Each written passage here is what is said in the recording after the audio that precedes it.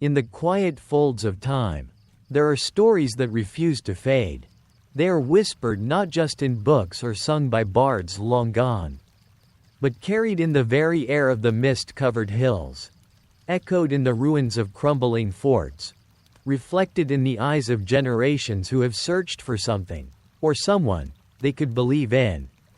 One such story is that of Arthur.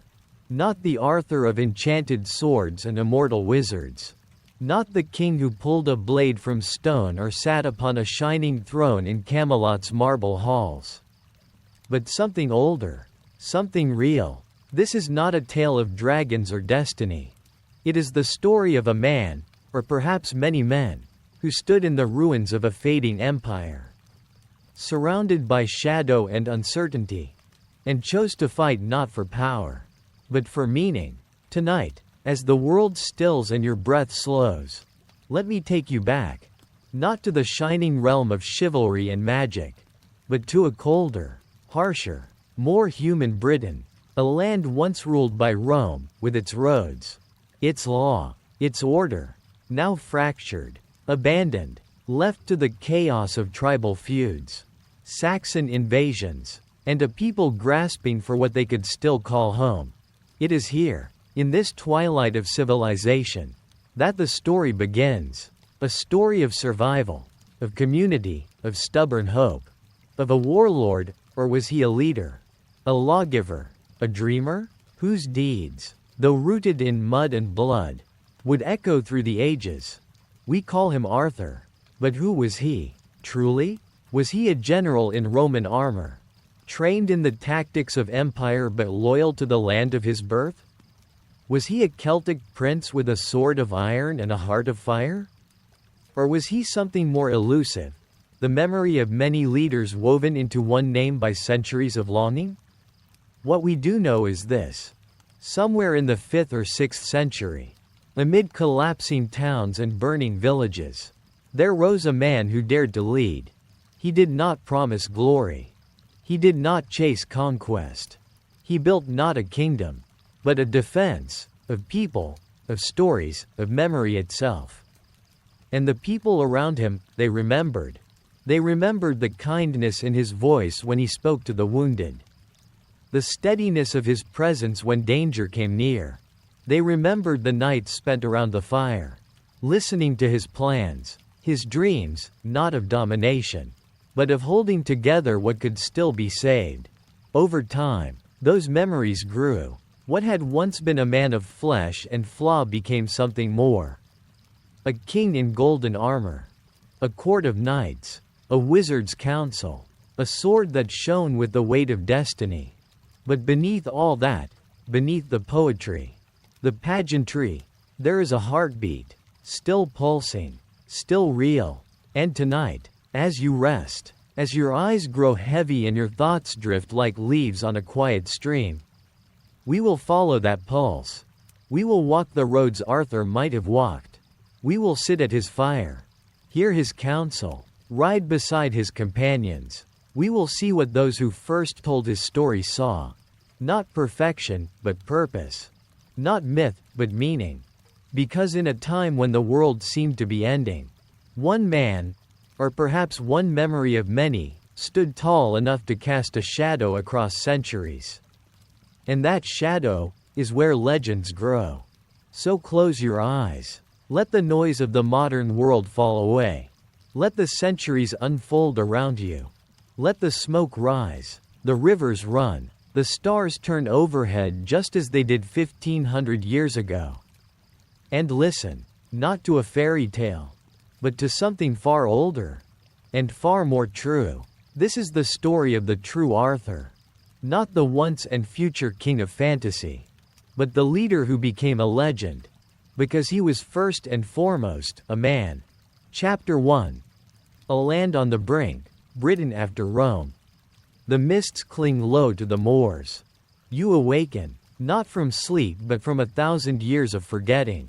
Before you, the land of Britain stretches, wild, wounded, and whispering secrets. Not yet a nation, not yet a myth, but something raw and breathing. It is the 5th century. The legions have left. The roads once paved by Rome crack beneath cartwheels and overgrown roots. Villas rot beneath moss. Statues crumble. Forgotten gods returning to stone. The mighty empire that had held back chaos for 4 centuries is no more, and in its place. Silence. Silence pierced only by the bleating of sheep, the bark of a distant dog, and the murmur of wind over fallen walls. This is not the Britain of shining nights and holy grails. It is a harder, hungrier land. The cities are shells of their former selves. Londinium, now quiet. Verulamium, burned. The fields of Britannia are not bare, but the people are wary. Raiders from across the sea slip through the mists. Saxons, Jutes, Angles. Their longboats glisten with salt and menace. But they are not alone. From the north come the Picts, fierce and painted. From the west, the Irish kings seek new lands. And in the shadow of all this, the native Britons, remnants of Roman soldiers, Celtic farmers, monks guarding scraps of learning, try to remember who they were and decide who they must become. Somewhere in this fractured land, a man rises, but not yet. For now, the stage must be set. Let us walk back into this world together. Let the noise of the modern day fall away. Let your breathing slow. Listen to the distant clang of a blacksmith's hammer, the rustling of a weaver's loom, the splash of water at the ford. These were the sounds of survival. These were the sounds of a people trying not to vanish. The Roman departure, around the year 410, left more than a political vacuum, it created a spiritual one. For 4 centuries, Rome was law, language, protection. Now all 3 fray like old cloth. And yet, not all is lost. Along the old roads, trade still flickers like candlelight. Salt, tin, furs, wine, exchanged in quieter volumes. But exchanged nonetheless. Latin still clings to prayer and law, though slowly giving way to older tongues. Brythonic, Gaelic, Pictish, Christianity, once spread by Roman clergy, now survives in small chapels and hillside gatherings. But alongside it, the old gods of forest and spring return. It is a time of overlap, not replacement, of crucifixes hung beside sacred wells, of monks who still whisper to oaks. This is the world that will give birth to Arthur. But Arthur is not yet king. First, we must understand the land itself, not just its geography, but its soul. In the south, the fields of Kent are rich but exposed to invaders. In the west, the mountains of Wales shield clans still bound by blood oaths and druidic memory. To the north lie the Roman walls, Hadrian's, Antonines, now breached and crumbling. And to the far west, in Cornwall and Dumonia, tin still gleams beneath the earth, drawing merchants and warriors alike. In scattered hillforts and homesteads, local warlords emerge, men of muscle and cunning. Some Romanized, others tribal. There is no central king. There are only chieftains, each guarding what little they control, sometimes uniting against raiders, often fighting one another. The dream of a united Britannia is just that, a dream. And yet, it will begin to take shape, not through conquest, but through necessity.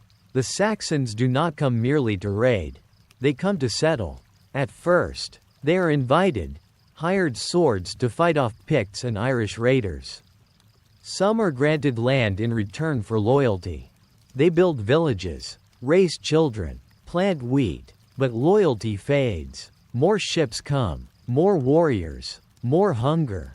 And soon, the settlers demand more than land. They want dominion. What began as an agreement becomes occupation.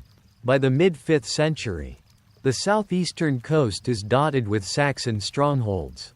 The heart of Britain begins to beat faster, in fear. And then, there are whispers. Whispers of a leader who does not kneel. Whispers of a warlord not like the others, one who unites tribes.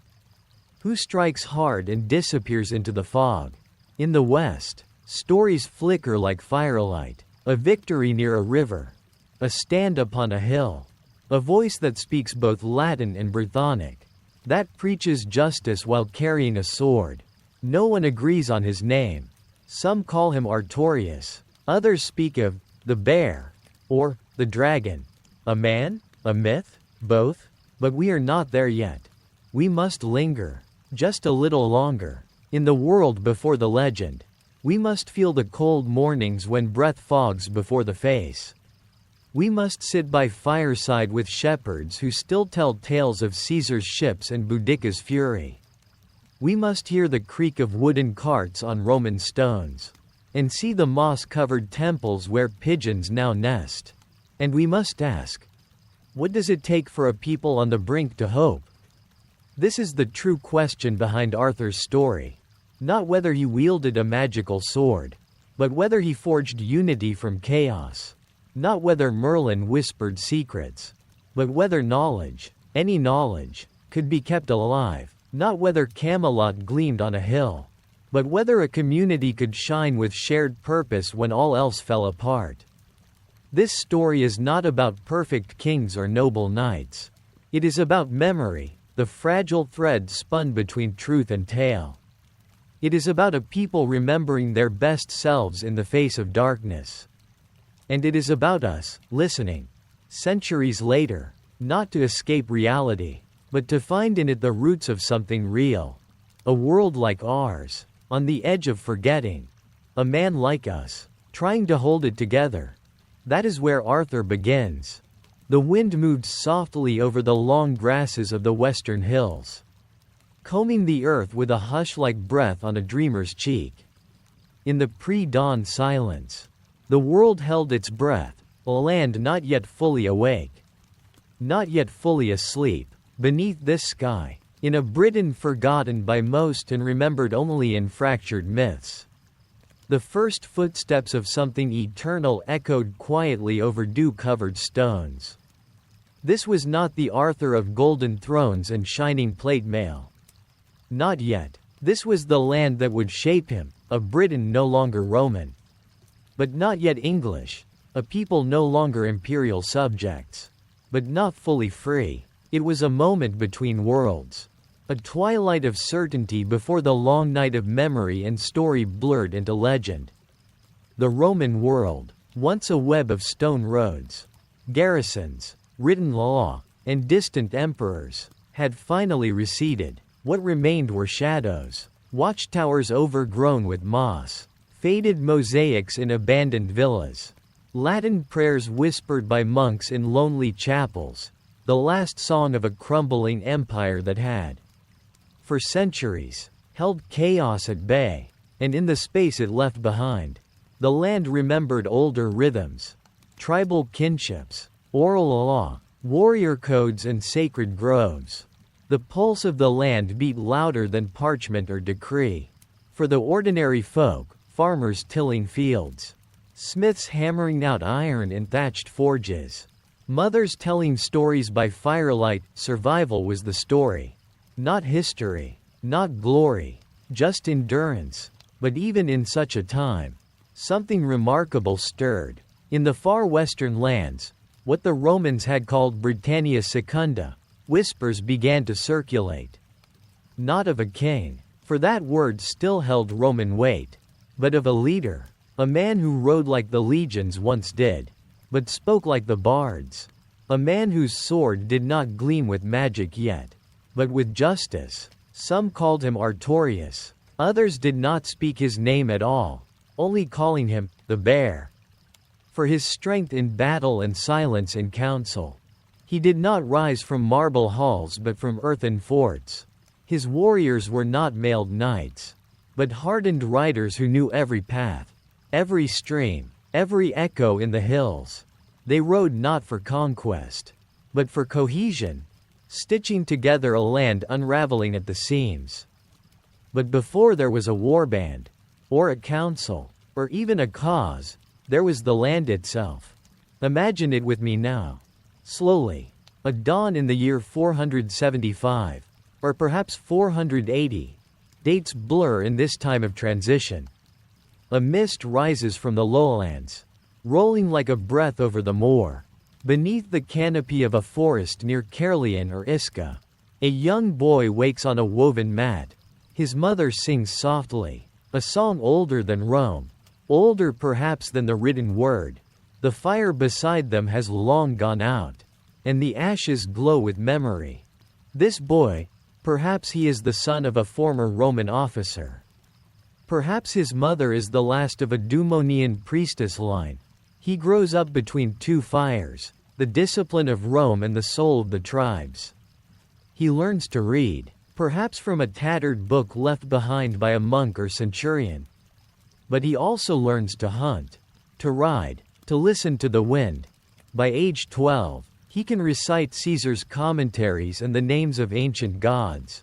But he also knows how to speak to elders, how to settle disputes with calm words or, when needed, with a spear. And the land, oh, the land watches him grow. The high ridges of the Pennines, the salt thick winds off the Severn, the ruined watch posts of Hadrian's Wall where Pictish symbols are now carved over faded Roman orders. All of it seeps into him, not as a conqueror, but as a steward. He begins to understand what others do not, that no one is coming to save them. The empire is gone. The Saxons press harder each spring. Unity, if it is to come, must come from within. But unity in a land this fractured? In a place where tribal rivalries are as old as hills, where every valley remembers a feud, a betrayal, a blood price? It seems impossible. And yet, as we follow him, this Artorius, this boy who will become something else, we begin to see it. In the way he treats the old, in how he listens before he speaks, in how he trains not just to fight, but to endure, to build, to heal. He does not dream of thrones. He dreams of holding the line. Imagine now the world around him. Through his eyes, the old Roman towns are not cities anymore. They are husks. Wolves prowl the roads once patrolled by legions. The aqueducts are broken, the baths are dry, but the bones of the empire remain. And he studies them like a child examines a fallen tree, not just for what was, but for what might still be used. From veterans and bards, he hears tales of the past, of Magnus Maximus and Ambrosius Aurelianus. He begins to form an idea, not of restoring Rome, but of forging something new, a new kind of leadership, born not of inherited crowns but earned trust, not of foreign gold but shared blood. And the people respond, slowly, reluctantly, but they respond. They follow him when he rides to defend a monastery from Saxon raiders. They gather when he speaks of holding the riverfront, of building alliances not based on tribute, but respect. He honors the old gods when needed. He kneels in the chapel when the monks sing Latin hymns. He understands what others do not, that this land is not one thing, but many, and that to survive, it must become whole. This is the beginning. Before the round table, there was a long table in a smoky hall. Before Excalibur, there was a well-forged iron blade handed down from father to son. Before Camelot, there was a ring fort on a misty hill, built of timber and mud, defended by courage and shared hunger. And before Arthur, there was Artorius, a man born between empire and wilderness, a leader of no crown, but with a vision clear as winter air. A land between empires gave birth to a legend, not because it was perfect, but because it endured, not because its leader was a saint or a sorcerer, but because he understood what must be preserved: honor, memory, and the fragile thread of hope. And now, as you lie in the stillness of this moment, hearing only your breath and the faint echo of history, remember this: legends begin not in grand battles or shimmering halls, but in quiet decisions, in moments of kindness, in the steady gaze of someone who chooses to lead when others would run. Artorius did not become a myth in a single day, but in the shadows of a crumbling world. He lit a fire, and we, centuries later, still feel its warmth. The dawn of the 5th century broke over a land no longer tethered to the rhythms of empire. Britain, once a jewel in Rome's crown, had become a province abandoned. The legions had marched away, never to return, and what they left behind was not ruin, but something quieter, stranger. A world suspended between memory and necessity. Civilization and survival. The roads still ran straight across hills and valleys.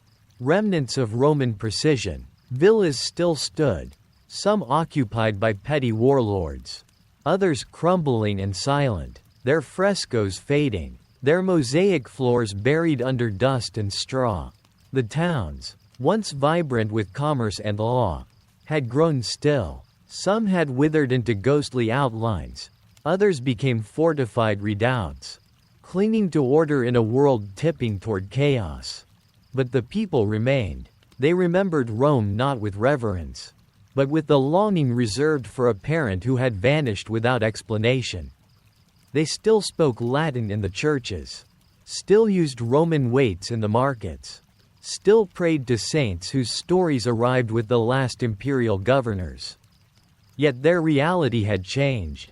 They planted their barley and beans under uncertain skies, defended their livestock from raiders, and whispered stories of a time when the world made more sense. This was the world that young warlords like Artorius would inherit, a broken mosaic of tribes, towns, and territories, each trying to make sense of life after the fall. It was not an apocalypse. That is perhaps the most misunderstood element of post-Roman Britain. The sky did not fall.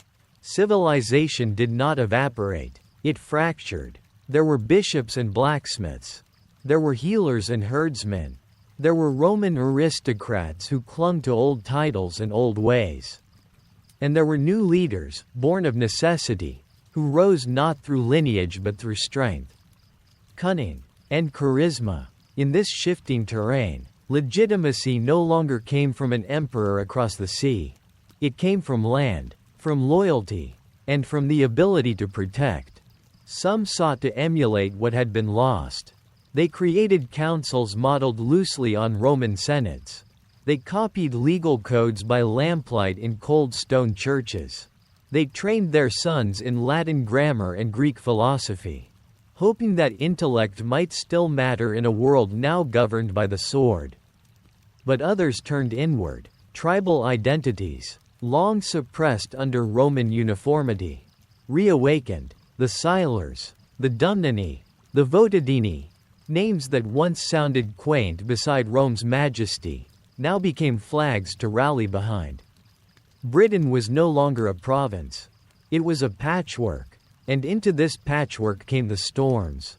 The Irish raided from the west, slipping across the sea in fast, shallow draft boats. They struck the coasts, took cattle, burned villages, and sometimes lingered long enough to settle.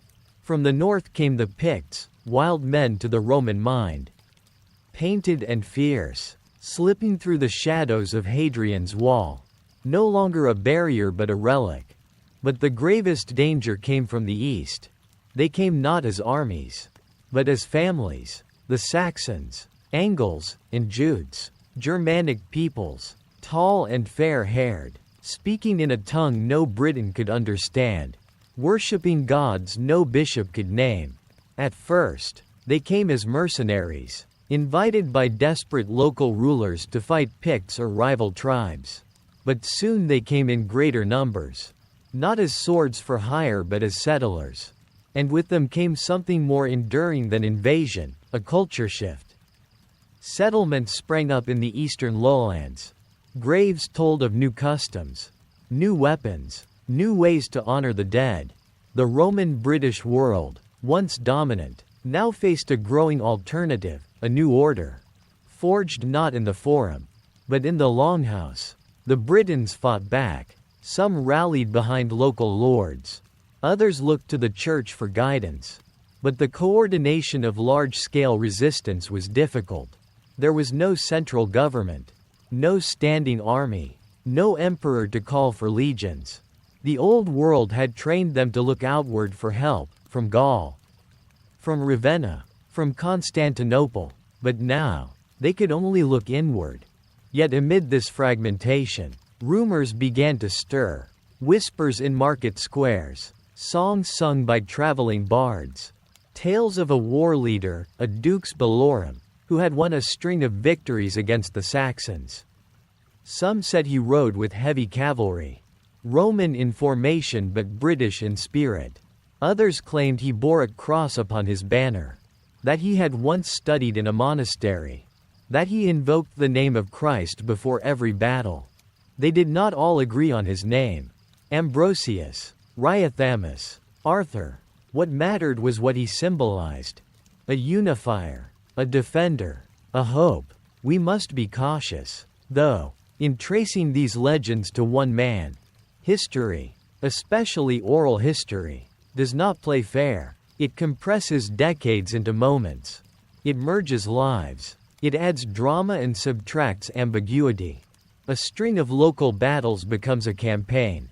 A charismatic warlord becomes a messianic king. But within the fog, there is a shape, a leader, real or composite, who forged alliances across tribal lines. Who may have understood both Latin law and Celtic tradition. Who fought not just with the sword, but with strategy. Who was as comfortable in council as on the battlefield. And that's where we begin to glimpse the roots of the Arthur myth. Not in gleaming Camelot, but in the muddy camps of a fragmented Britain. Not in magical swords, but in real blades dulled by war. Not in romance, but in desperation. Because what Arthur represents, what his story would become, is not just the tale of one man. It is the yearning of a people to believe that someone, once, stood tall in the dark. That someone fought not for glory, but for peace. Not to conquer, but to preserve. So what did this post-Roman world feel like? Imagine waking each day not knowing if your village would stand by nightfall. Imagine learning both scripture and swordplay. Imagine gathering around a fire to hear tales of old Rome, unsure whether they were history or myth. Imagine watching new gods rise as old ones faded, and wondering if either could hear your prayers. It was not a time of comfort, but it was a time of resilience. It forged leaders like Artorius, real or remembered. It bred the kind of courage that does not seek the songs of bards, but earns them. It planted the seeds of a legend that would flower long after the battlefields had grown over with grass. In the end, this chapter of history is not simply the prelude to Arthur's story. It is the soil from which it grew. The shattered provinces of post-Roman Britain were not a land of ruin, but of reinvention, and in that quiet reinvention, a legend began to stir. The morning began like many others in that turbulent era, a hush across the low valley, dew clinging to tall grasses, and a light mist curling up from the slow-moving river that carved the land like a silver thread. But in the hearts of those gathered beneath tattered standards and the raw branches of makeshift spears, something unspoken thrummed, anticipation, or perhaps memory forming itself even before the event had passed. They had ridden long from the highland settlements, crossing wooded glens and half-buried Roman roads to meet here, at this river ford where the Saxons were said to be crossing again. The leader, Artorius, whose name still lingered with uncertainty between warlord and dream, stood at the head of his warband. His face was lined by the wind and time, not yet crowned by myth but marked by purpose. And beside him, the ones we have come to know, Bedwyr the loyal, his hands rough and sure around the haft of his spear, Myrddin the counselor, eyes always scanning not the enemy alone, but the hearts of his people, Gain the youth, still aching from his father's loss, standing tall not despite his fear, but because of it. This was not a vast army by any modern measure. A few hundred warriors stood ready, some armored in worn Roman gear passed down like relics, others clothed in wool and leather, bearing the badges of local tribes. They were not united by empire, nor bound by a common bloodline. What held them together was harder to name: shared purpose, fragile hope, perhaps the lingering echo of something greater they barely understood, a memory that hadn't yet been written. The Saxons had come, as they often did, not in one great wave, but in a rising tide of boats along the eastern coast. This river, shallow and swift, marked a vital passage. Let them across, and the heartland would bleed. Stop them here, and perhaps, just perhaps, there might be peace for another season. As the morning mist gave way to sunlight, the two forces saw one another clearly for the first time. Across the river, the Saxon shield wall shimmered with motion and menace. Painted faces, axes of brutal make, the clamor of guttural chants. They were not an evil horde. Despite what stories would later claim, they were people, too, driven by hunger, by exile, by their own gods and legends. But on this day, they stood as foes. Artorius raised no speech. His words had been said the night before around the fire. Here, there was only action. With practiced motion, scouts moved to the flanks. Archers found their range, a signal from bedwire, and the warband began to advance, not in blind charge, but with grim discipline. They met in the middle, on the exposed rocks and pebbles of the river's edge. Swords clashed with shields. Cries of effort and anguish echoed into the hills. The battle that followed was neither grand nor clean. It was vicious, chaotic, and intimate. Warriors fell into the water and rose again. Mud mixing with blood. Gain fought near the center, his blade a blur, defending a wounded comrade more often than attacking. Bedwire was everywhere at once, calm, precise, anchoring the line when it wavered. And Artorius, he moved like memory itself. Not larger than life, but exactly as life is in its most urgent moments. He fought with the technique of a Roman cavalry officer and the instincts of a tribal chief. He shouted commands, but more often, he led by presence alone. It was said that when the Saxon chief broke through the first line, it was Artorius who met him, steel against steel in the shallows of the river, and that in the final blow, something more than victory passed between them. When the sun reached its peak, the Saxons began to falter, not from fear, but from exhaustion and surprise. This British force, fractured and scattered in so many tales, had held the line. By dusk, the remaining enemy had retreated or surrendered. No cheers erupted from the victors. Only a quiet acknowledgement, warriors helping the wounded, burying the dead, enemy and friend alike, with equal solemnity. It was here that myth would later do its work. The bard who accompanied the army, a youth with a harp more often silent than sung, watched everything. That night, he composed his first lines. They were not entirely accurate, for bards must speak to the soul, not the senses. He sang of a sword that glowed in the river's light, of a leader who moved like thunder wrapped in flesh. He did not lie. He simply told the truth in a different key. The survivors returned to their settlements bearing more than wounds or victory. They bore memory, and in fireside retellings, what had been confusion and mud and fear became courage, strategy, honor. Artorius did not call himself a king, but to those who fought beside him, he had become something even greater, a center around which story could take shape. Years later, when monks would try to piece together history from scraps of parchment and fading songs, they would find the account of this battle. Some would place it here, some there, some call it fiction, but all would agree. Something changed on that riverbank. A name took root, not yet crowned in gold, not yet seated at a round table, but rising, slowly. As you listen, imagining the clash of shields and the shouts through the mist, it becomes clear that this moment, this brutal, glorious, terrifying stand, was never meant to be a tale of conquest alone. It was a seed, one planted in blood and soil, watered by memory and longing, that would one day grow into the tree of myth we call Camelot. And as sleet folds around you now, gentle and quiet, you may still hear it, the river's murmur, the echo of sword on shield, the steady breath of the leader as he watches his people, not from above, but among them. It is here, in the mud and glory of a forgotten riverbank, that Arthur begins. The wind moves gently across the grassy ridges of Old Britain, in the hush of dawn, before the fires are lit and before footsteps stir the soil of this once proud province. The silence speaks. It speaks in the crumbled stones of abandoned villas, in the weedy cracks of broken Roman roads, and in the empty outposts where once an imperial standard fluttered in the sea breeze. This is the silence that follows empire, the breath held before history turns its page. And here, in this quiet, we find the true setting for our tale.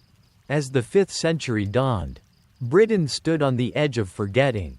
For centuries it had been Rome's outpost in the north, a prized yet precarious province, held fast by legions and governed by Latin-speaking administrators. Cities with stone baths and paved streets dotted the land. Villas with mosaics, amphorae, and tiled roofs signaled wealth and order. Latin was taught in schools.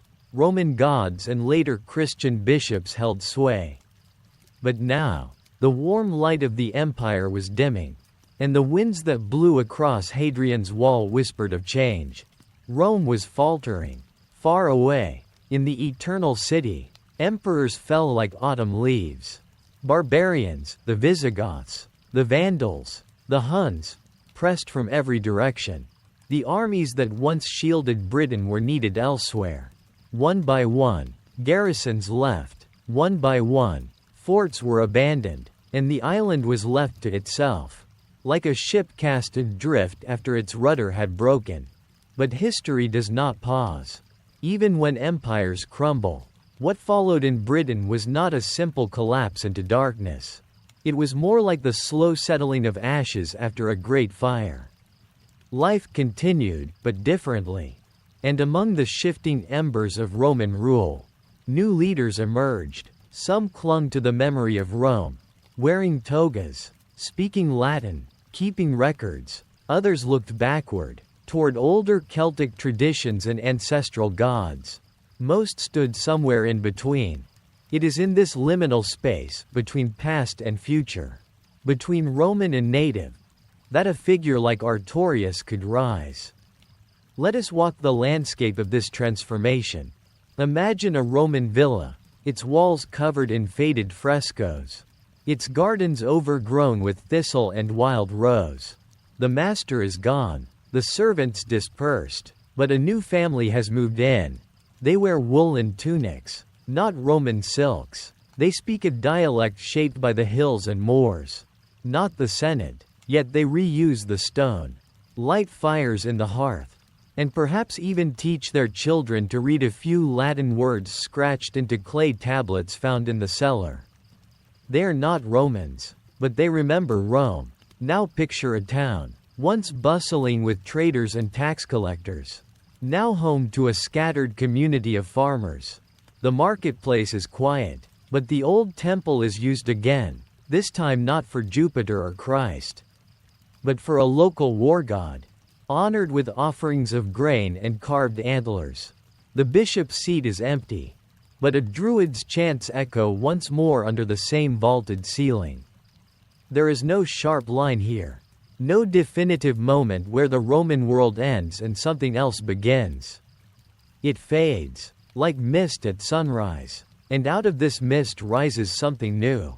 The leaders who stepped forward in this in-between time were not emperors, not yet kings. They were warlords, yes, but more than that. They were negotiators, protectors, hosts of councils, guardians of memory. They gathered people not just through conquest, but through promise. The promise to keep order, to preserve what remained, to push back against the growing tide of chaos lapping at Britain's shores. And this was no empty promise. For the Saxons were coming. Not in legions, but in longships, not to rule through law, but to take through fire. Germanic war bands pressed into the east and south, setting up encampments, claiming territory, and carving out new domains. Some came as mercenaries, invited by frightened local rulers to help repel Pictish raids. But like wolves invited to guard sheep, they stayed and multiplied. In the face of this threat, it was not the crumbling Roman institutions that responded, it was the emerging warlords. The half-Roman, half-native commanders who forged unity out of necessity. And here, perhaps, in a hill fort somewhere west of Londinium, or north of Venta Belgarum, we might imagine Artorius, still young, perhaps not yet a legend, but already something more than a simple soldier. He would have been trained in the ways of the Roman army, disciplined ranks, flanking maneuvers, signal flags fluttering in the wind. But his men, and the land he defended, were no longer Rome's, they were his, and the people looked to him not just for defense, but for meaning, for continuity.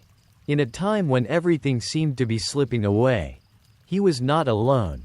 Across Britain, other figures arose, some historical, some half-myth. Ambrosius Aurelianus, the Roman noble who rallied survivors, Vortigern, whose alliances with the Saxons brought ruin, Gildas, the monk who chronicled these chaotic years in fiery sermons. Their names, like Artorius, float in a sea of uncertainty, half obscured by time. But what unites them is their role as bridges between what was and what might be. Back in the cities, remnants of order persisted. In places like Verulamium and Caerleon, scribes still copied manuscripts. Monks tended to gardens behind stone walls. Bishops wrote letters to Rome, though fewer and fewer were answered. In the countryside, villages returned to older rhythms. Fields were tilled by hand. Cattle grazed freely. Songs remembered before the legions came were sung again by firesides. And across it all, the dream of Rome lingered, not just in stone and language, but in aspiration. Artorius, whether he called himself Dux Bellorum, or simply war leader, would have felt this weight. He bore the responsibility not only of keeping people alive, but of keeping memory alive, of standing not just between enemies and villages, but between past and future. This, perhaps, is the deeper reason he endured in legend. Not for his sword, or his victories, or even for Camelot, but for what he symbolized: continuity in an age of disruption, clarity in a time of confusion.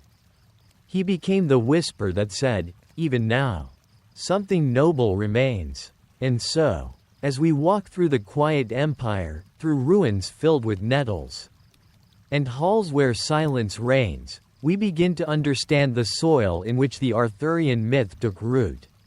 A soil rich with memory, shadowed by loss, but not without hope. For in that silence, something stirred, not just grief, but possibility. Night falls softly over the green hills and misty valleys of Britain. But not all sleep comes easily. In the eastern lowlands, near the coasts once patrolled by Roman fleets, watchfires flicker nervously along riverbanks. In the west, in hill forts reclaimed and rededicated, war councils whisper late into the night. The air is changing, the land is restless, and the storm is coming, not of wind or rain, but of people, new people, foreign tongues, hard eyes. Saxons, they came first in ships. Low, sleek boats with curved prows, cutting across the waters of the North Sea like knives through silk. At first, they came to trade, or so it was said. Then, as mercenaries, hired swords to fight off the Picts from the north or the Scotti from Ireland. Gold exchanged for blood, promises made in desperation, but they did not leave. And why would they? Britain, to their eyes, must have seemed a paradise. Green and rich, with land for the taking. scattered towns, and no imperial army to oppose them. Rome had left behind architecture but not authority. The shell remained, but the heart had gone still. And so the Saxons came again. Not in pairs or tens, but in hundreds. Families this time, tribes, with wagons and children and flocks. With gods whose names sounded strange to British ears, Woden, Thunor, Frigg, with carved totems and war chants. With long hair and longer memories. They came to stay. The early chronicles, written generations later, call this the beginning of the Great Invasion. But in truth, it was not one invasion. It was many, slow, uneven, fragmented, like waves lapping a crumbling shoreline. Sometimes absorbed, sometimes resisted, sometimes welcomed and then regretted. In the eastern fens, small British settlements vanished without record. In the southeast, old Roman towns became Saxon villages. Fields were renamed, rivers remapped in a new tongue. Cemeteries filled with cremated urns where once lay Roman sarcophagi. Yet in the west, the highlands, the ridges, the hillforts, Britain still held. And here, we find the survivors, the people who would become the heart of the resistance, not just against Saxon warriors, but against forgetting. Farmers, priests, warbands, poets, smiths. Some were Romanized, still reading Latin prayers by candlelight. Others were tribal, speaking in the lilting tongues of the Britons. They were not united, not at first, not easily, but they were determined. The Saxons pushed west, but the west did not break. And amid this uncertain time, this slow-motion catastrophe, a handful of leaders emerged. Some we know by name. Ambrosius Aurelianus, perhaps the last of the Roman-born nobility. A commander with discipline and vision. Vortimer, the ill-fated son of Vortigern, who fought bravely but died too soon. And then, in whispers and fragments, the name Artorius appears again. Not yet king, not yet a knight in shining armor, but a war leader, a uniter, a strategist, a man who knew the land, the roads, the tribes, a man raised, perhaps, in the twilight of Rome but forged in the crucible of post-Roman Britain. He did not have the luxury of idealism. His world was one of pragmatism and peril. But out of this crucible, something remarkable began to form. A resistance. It was not one army, but many bands. Not one nation, but a fragile alliance. And yet, under Artorius, if it was indeed he, the scattered settlements began to move with purpose. Scouts ranged wide, forts were repaired, fields were guarded, news traveled faster, command flowed more cleanly, and for the first time in a generation, the Saxon advance slowed. How do you stop an ocean with bare hands?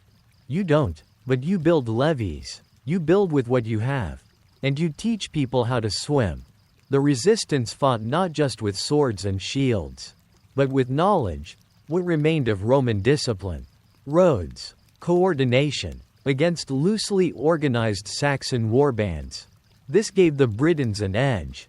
For a time, hillforts once symbols of an older, pre-Roman era were reclaimed and refortified. Roman walls were patched and used again. But the key was leadership. And that is why the figure of Artorius, real or mythologized, matters so much. He is not remembered, even in the earliest layers of the Arthurian tradition, as merely a warrior. He is remembered as a rallying point. Even the sparse historical sources, like Gilda's bitter laments or Nennius's tangled chronicle, suggest that the Britons, leaderless after Rome's departure, eventually followed a single war chief, one who led them to multiple victories, one who held the Saxon tide at bay. The battles, if they happened as described, tell their own tale. 12 engagements. According to legend, names survive, though they shift in spelling and certainty. River Glyne, Dubgloss, Bossos, Gwinion, each a fragment of memory. distorted by time, but one name is always clear. Mount Badon, the great victory. We do not know where Mount Badon was, though scholars propose sites from Wiltshire to Wales. But we know what it meant.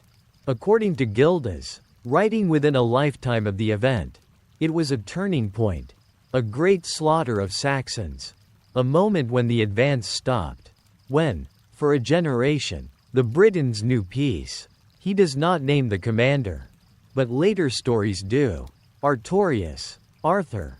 This may have been the moment when memory began to stretch into legend. Imagine it, a misty hillside, Saxon war cries echoing in the valley, a British warband, tired, outnumbered, forming a tight shield wall, and at the center, a leader, perhaps on horseback, perhaps with a red cloak and a simple sword. No magic, no round table, just grit, courage, and hope. A counterattack, a rout, and for once, not retreat, but victory. Stories of this battle would spread by word of mouth, shaped by firelight and emotion, each telling grander than the last. The leader grows taller, his sword gleams brighter, the enemy more monstrous, the victory more miraculous. But behind it all, something true remains. A people stood their ground, and a man helped them do it. This is where the Arthur of history and the Arthur of myth begin to intertwine. The storm did not end after Badon.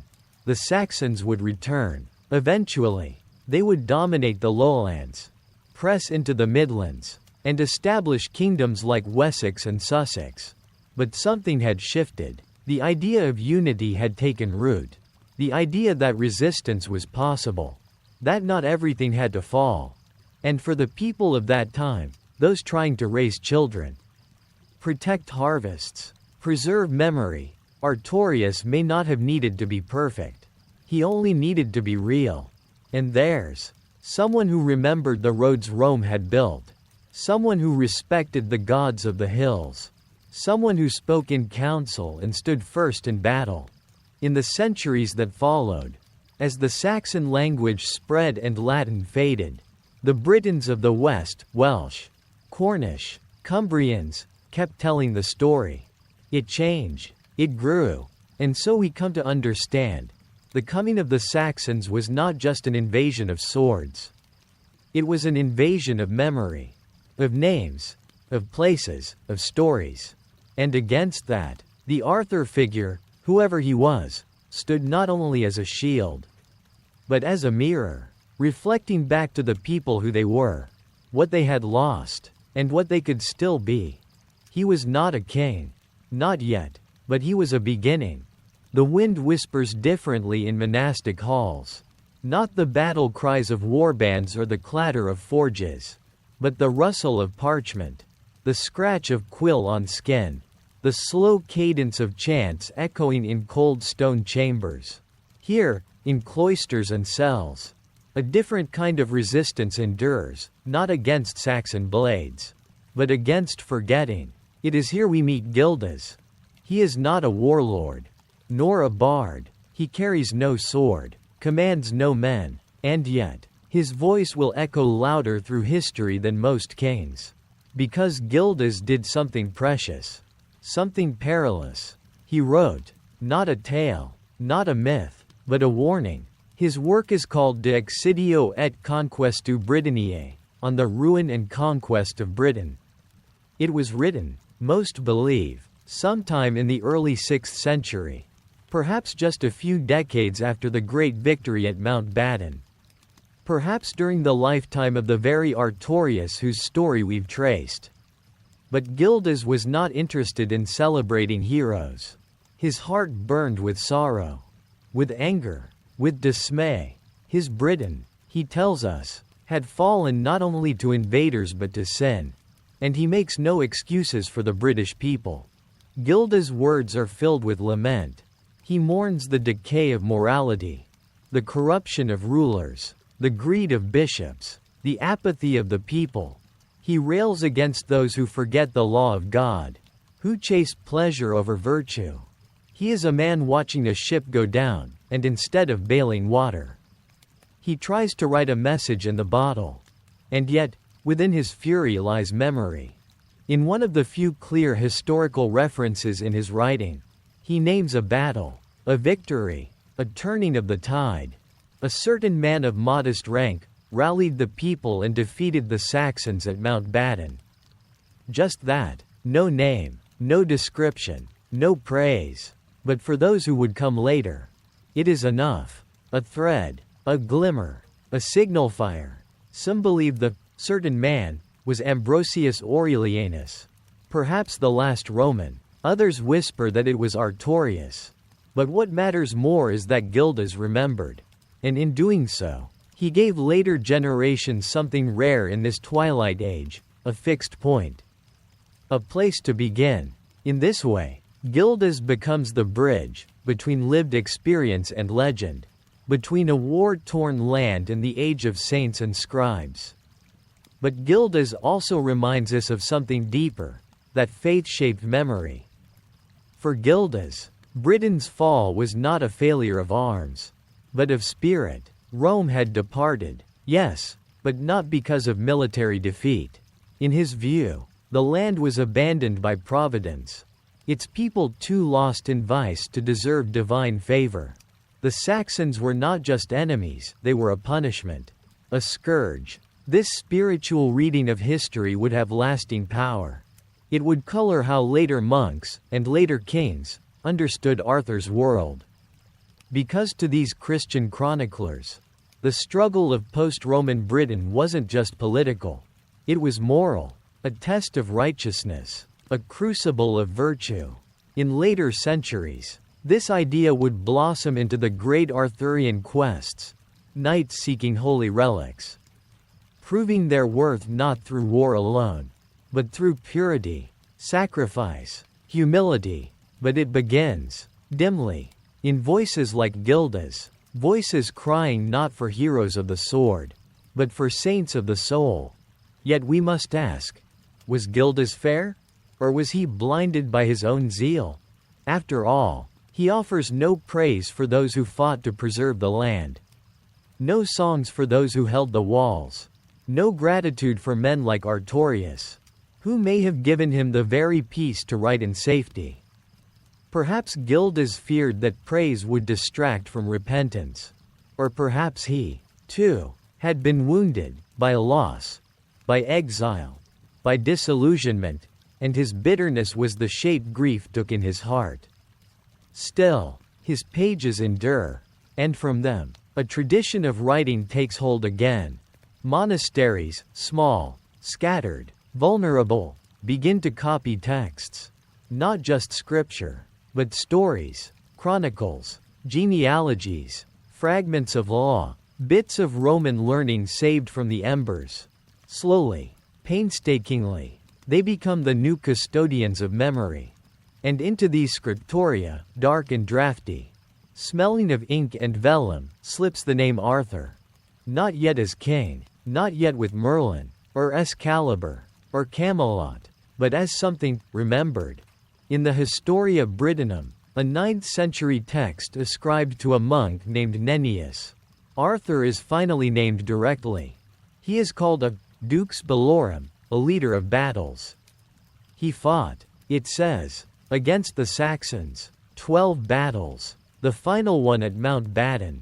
There, he bore the image of the Virgin Mary on his shoulders, and struck down 960 men in one charge. The number is fanciful, the Virgin reference anachronistic, but the intention is clear. Arthur is no longer just a man. He is becoming a symbol. And this process begins, quietly, in the very halls that men like Gildas made possible. In the quiet labor of monks who saw the pen not as a weapon, but as a form of remembering that resists decay. It's strange, in a way, to think of Arthur, so associated with knights and lances and banners, emerging from candlelit cloisters. But it is there, among prayers and parchment, that he is shaped into the figure we now recall. And in doing so, the memory of Britain's struggle is preserved. Not perfectly, not always honestly, but meaningfully. We owe these monks a great debt. For without them, the story would have vanished, washed away by time, or buried beneath Saxon fields. Instead, it was written, rewritten, embellished, yes, but also carried forward. And so, as we sit here in the quiet of our own time, beneath electric lights, with screens and search engines, we can still trace the flicker of that candle. Still hear the whisper of that pen. Still feel the breath of Gilda's lament in the silence between sentences. And in that silence, Arthur endures. The Arthur we meet in the oldest tales does not wear a crown of gold. He does not sit at a round table, nor ride with Lancelot or seek a grail. He is no polished monarch of courtesy and court. In his earliest forms, he is rough, wild, fierce, not a king, but a warrior. A shadowed figure drawn with bold, uncertain strokes. And yet, somehow, over centuries, he becomes the once and future king. How? To understand this transformation, from battle leader to chivalric legend, we must follow his journey across tongues, tribes, and time. We begin in Wales, among the rugged hills and winding rivers, where memory lingers in song. The Welsh Arthur, between hero and haunt. Long before the tales of Camelot and Guinevere, Arthur was whispered in Welsh poems like Y Gododdin and the Black Book of Carmarthen. In these fragmented verses, his name emerges not as a central character, but as a comparison, a standard of greatness. He fed black ravens on the rampart of a fortress. Though he was no Arthur, the poets assumed the listener knew Arthur. His fame echoed already, suggesting that even in the 7th or 8th centuries, his memory burned in the minds of warriors. But this Arthur was no polished courtly figure. He was closer to a force of nature. His world was filled with giants, beasts, and strange islands, tangled with Celtic myth. In the tale, Culhwch and Olwen, Arthur appears with an entourage of supernatural warriors, hunting magical boars and performing impossible tasks. He is king, yes, but king of a wilder Britain. Here, Arthur is both man and myth. Rooted in native tradition, he's proud, powerful, even arrogant, a champion of the old ways, roaming through a land where the line between the human and the mythic was thin as morning mist. These early Welsh tales are precious. They remind us that Arthur did not begin in Latin, or in French romances, but in the native tongues of Britain, a people clinging to identity amid conquest and change. And yet, his story would not stay only in Britain. The Norman inheritance, Latin and the rise of chronicle. In the 12th century, a monk named Geoffrey of Monmouth took up the pen and changed everything. His Historia Regum Britanniae, History of the Kings of Britain, was not, in truth, history. It was a sweeping narrative that spun kings from thin air, including a figure he named Arthur. And now, Arthur became more than a local legend. He became a nation builder. Geoffrey's Arthur conquered the Saxons, ruled from coast to coast, and even led campaigns in Gaul. He wasn't just a Briton, he was an emperor, a king of kings.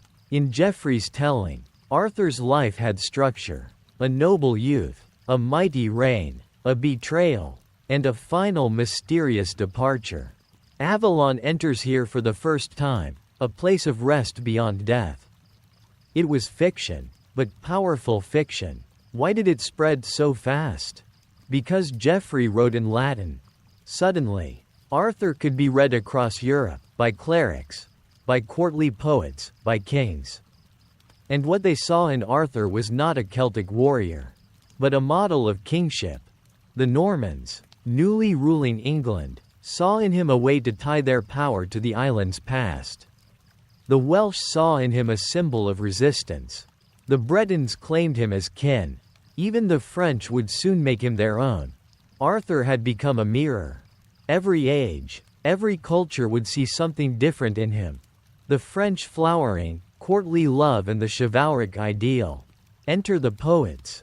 Enter the courtly age. In the 12th and 13th centuries, Arthur's story blossomed in France. Thanks to writers like Chrétien de Troyes. It was here that the Round Table became central. That knights like Lancelot, Gawain, and Percival took shape. Here, Arthur began to fade in his own stories, becoming less the fierce warrior and more the serene, distant king, while his knights rode out in glory. And what were they seeking? Love, honor, the Holy Grail. These were not the quests of Dark Age Britain. These were reflections of medieval ideals, chivalry, romance, Christian virtue. The knight became the hero, not the king. Lancelot's doomed love for Guinevere brought pain to Camelot, but also beauty. The Grail quest brought spiritual depth, casting Arthur's court as a place not only of adventure, but of moral testing. By now, Arthur had become a canvas, overlaid with every ideal of Christian Europe. The warrior of Badon was almost unrecognizable, but his name still held power. The English revival, Malory's mournful dream. Centuries passed, and then came Thomas Malory. In 1485, as England stood on the edge of a new age, Malory published La Morte d'Arthur. It was, in many ways, a farewell to knighthood, to chivalry, to the world before gunpowder and Reformation. Malory drew from French sources, Welsh tales, and his own heart. His Arthur is noble, flawed, majestic, and doomed. Camelot rises in glory, only to fall in sorrow. The final battle at Camlan, the betrayal by Mordred, the departure to Avalon, all written in elegiac tones.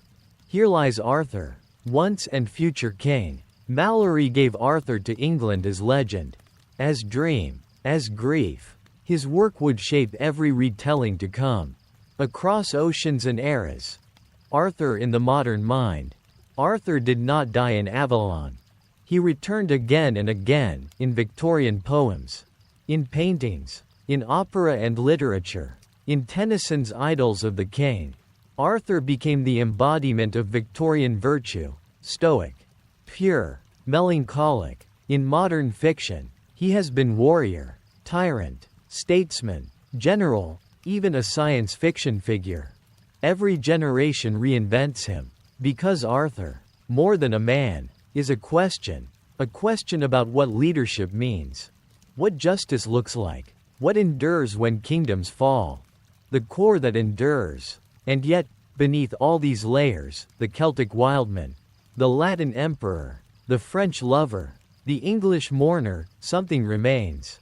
A sense of a world worth saving, of leaders who serve, not rule, of unity forged from fracture. Perhaps that is why Arthur returns to us, again and again, not because we believe in his historical certainty, but because we need what he represents.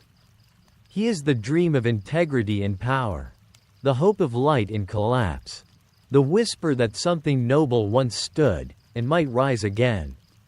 In every retelling of Arthur's rise, one moment gleams brighter than the rest. A young boy, unknown and unproven, steps into a crowd of noblemen and knights. Before him stands a sword, its hilt weathered, its blade sunk deep into unyielding stone. All others have tried and failed. But the boy, almost by accident, lays his hand upon the grip and draws it free. And the people gasp.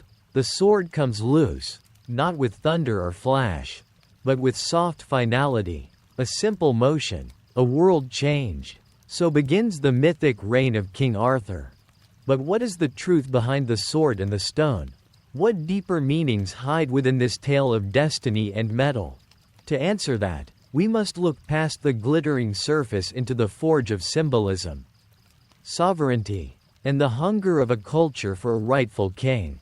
The sword, not just a weapon. Before we speak of stones and miracles, let us first speak of the sword. To the people of early medieval Britain, a sword was not merely a tool of war.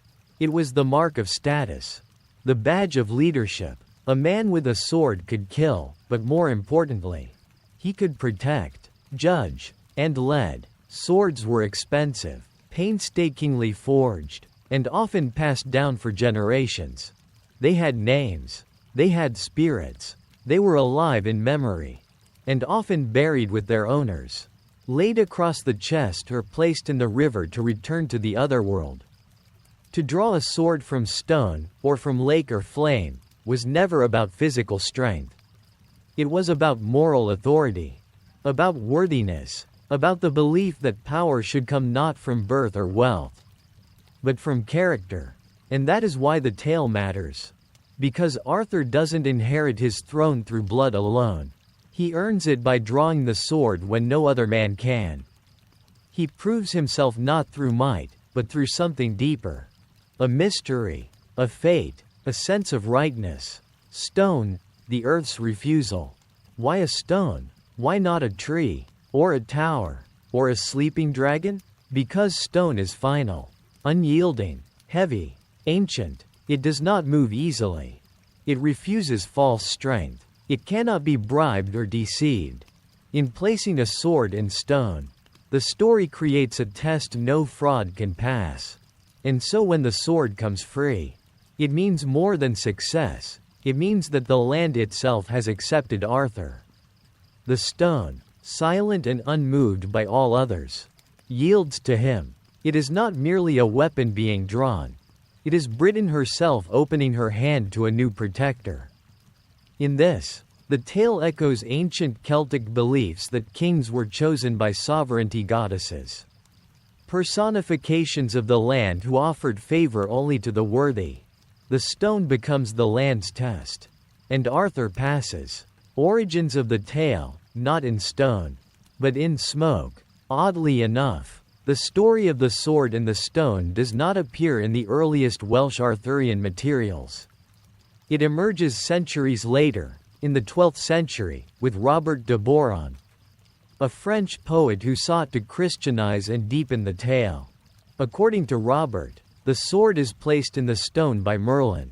Acting on divine instruction, the sword bears an inscription: "Whoso pulleth out this sword of this stone and anvil is rightwise king born of all England." Now, the tale shifts from pagan mystery to divine will. Arthur becomes not just the chosen of Britain, but the chosen of God.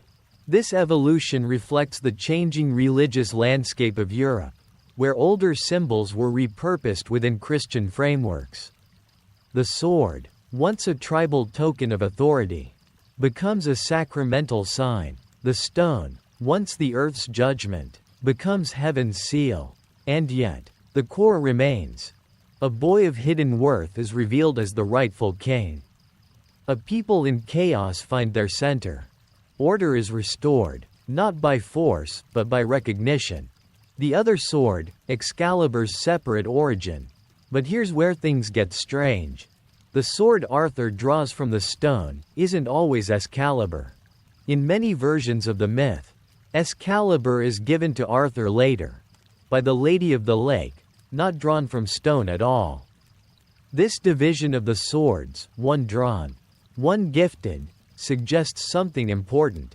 The sword in the stone is about claiming rule. Excalibur is about wielding power wisely. One proves you deserve the crown. The other helps you bear its weight. They're complementary symbols. The first shows inner worth. The second brings outer might. And in both cases, Arthur does not take them by force. They are offered, by the stone, by the lake, by Britain, by mystery. He is not a conqueror. He is a servant of destiny. And that is the heart of the myth. Mirrors in other myths. Arthur is not alone in drawing symbols from silence. Sigurd, in Norse legend, pulls a sword from the heart of a tree. Theseus, in Greek myth, lifts a sword left for him beneath a boulder. Even the Bible tells of David, the youngest and least likely, being chosen to lead. These are echoes of a timeless idea. True leadership is not seized. It is revealed. The sword in the stone is not a trick or a test of strength. It is a metaphor for this belief that destiny does not favor the loudest or strongest.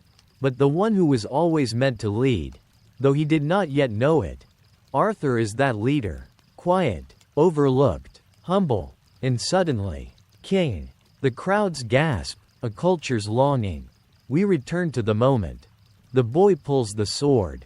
The crowd gasps. Why? Because they see hope. Because the land is fractured. The nobles quarrel. The Saxons press harder. The memory of Rome is fading. And something new must rise. And then comes a boy. A boy who proves, in a single moment, that he is more than he seems. That Britain still has champions. That order can return. The sword glints in his hand. Not with blood, but with promise. And the people kneel. They do not kneel to wealth. Or to armies. They kneel to rightness. This is the heart of the legend, and the hunger that has made it live for centuries. The symbol endures. Today, we no longer believe in enchanted stones or lakes that hand out swords. And yet, we still long for leaders who don't just take power, but earn it. We still dream of moments when worth is revealed, and the world becomes just a little more fair. In our stories, in our films, in our quiet hopes, the sword in the stone remains. Because it tells us something comforting. That even in chaos, there is a design. That even in collapse, there is a call. That perhaps, if the right soul reaches out at the right moment, the sword will come free again. And the land will know peace. Night falls gently across the isle.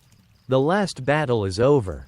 The air is thick with the scent of blood and salt. The cries of the wounded fading into silence. Upon the field lies a once great king, his body broken. His crown fallen, but his spirit not yet fled. Around him, the wind whispers of ancient things. The name Arthur is spoken not as a death, but as a pause, because even in his ending, the story does not say he died. Instead, it says he was taken to Avalon, a place not of this world, but not entirely beyond it. Not heaven, not Valhalla, but something older, wilder, closer. A sacred isle of healing, of rest. And thus, Arthur passes not into death, but into waiting. Waiting, they say, until Britain needs him once more. A different kind of ending. Most heroes die with finality. Achilles falls before the gates of Troy. Roland perishes in the Pyrenees. Even great Caesar meets his end with a blade among senators. But Arthur? Arthur is not buried. He is not mourned in the usual way. He is carried away, by boat, by women robed in mystery. Across misted waters to a place we cannot reach. This matters, because it means the story does not end. It suspends. Like breath held just before a song begins again. Avalon becomes not just a destination, but a metaphor for hope when all hope seems lost. Arthur's tale ends with a comma, not a period, and we still listen for the next line. What is Avalon? In Welsh lore, it was Ynys Afalon, the island of apples. A place of abundance, healing, timelessness. Some saw it as part of the other world, the ANNWN, where the dead live free of sorrow and the seasons do not change. Others imagined it as a real place, hidden by mist. Perhaps somewhere among the western isles of Britain or even Ireland. Geoffrey of Monmouth first gave Avalon its famous name in his History of the Kings of Britain, writing that Arthur was wounded in battle and carried to Avalon for healing. Later poets embellished it into a paradise, ringed by still waters, tended by priestesses or fairy queens. Some said Morgan Le Fay ruled there. Not as an enemy but as a healer, Arthur's sister. Not his foe. In each telling, Avalon evolves, but always remains just out of reach. Neither fully mythic nor fully real. Like all the best truths. The boat across the water. The image is haunting. A barge appears through the mist. Upon it, the king lies still, his wounds grievous, his breath shallow. Around him stand 9 women, clad in black or white, sometimes crowned with stars. They do not speak, they only watch. The boat drifts from the shore, carrying Arthur away from the world of men, away from war, from failure, from betrayal. No army sees him off. No ceremony marks his passing. Only silence, and water, and wonder. This moment, more than any sword or battle, made the Arthurian myth endure, because it offered a different kind of immortality, not a heaven, not a throne, but a promise. He is not dead, he is healing, he will come again, and with that promise, generations dared to believe again in a better world. The hope of return. The most powerful part of Arthur's legend is not his strength, but his return. It is said that when Britain is in greatest peril, Arthur will rise again. Some believe this literally, others, metaphorically. But in either case, the idea is potent, because it speaks to something deep in the human heart, that the best parts of us can sleep, but never die. That even in darkness, the spirit of justice, courage, and compassion endures somewhere, waiting to awaken, like a sleeping king beneath a mountain, like a sword still buried in stone, like a memory held in the soul of a people. Arthur becomes not just a man, but a symbol, a cycle, a story that never finishes. And in times of despair, we whisper, he will return. Reflections in other myths. Arthur's passage to Avalon echoes ancient archetypes. The wounded king is a motif found across Celtic and Indo-European myths. A ruler harmed not only in body, but in spirit, his land suffering with him. In some tales, the land heals when he heals. In others, he must be removed so that renewal may begin. And always, there is water. Crossing water has long symbolized transition, from life to death, from one world to another. The river Styx, the ferry of Charon, the boat of the dead in Egyptian belief. Arthur's boat is one among many. But his journey is unique, because he does not cross into forgetfulness, but into preservation. He waits, still whole, still holy, a seed sleeping beneath the soil, the wound that will not heal. Why does Arthur not simply die? Why this delay? Why the isle? In many tellings, Arthur is wounded in the groin or side, a symbolic injury. It touches the source of life, of creation. It reflects a broken world, a lost balance. The land is wounded because the king is. The kingdom breaks when its heart is pierced. Healing this wound takes time. And not just medicine, but meaning. Avalon becomes the place where that meaning is restored. Where Arthur is not just repaired, but reborn in purpose. Only then can he return. Only then can the world become whole again. Avalon in our time. In modern years, Avalon has been imagined in countless ways. In novels and films, in dreams and songs. Some see it as a mystical island. Others, a metaphor for peace. Some make it into the unconscious mind, where truth sleeps. But always, it remains the same at its core. A space beyond violence, beyond time, where the best of us is kept safe. Until we are wise enough to welcome it back. Avalon is the dream that goodness does not die. It waits. It endures. Like the old songs. Like the stories we pass to our children. Like the belief that, when we are ready, the king will rise again. The real Arthur's rest. Historically, the man we now call Arthur, if he lived, likely died in battle. Possibly at Camlan, a mysterious final clash mentioned in Welsh chronicles. No barge, no island, no healing maidens, just blood, and mud, and silence. But even so, his memory did not die there. It sailed across centuries, carried not by ships but by story. It crossed the misty boundaries between fact and myth.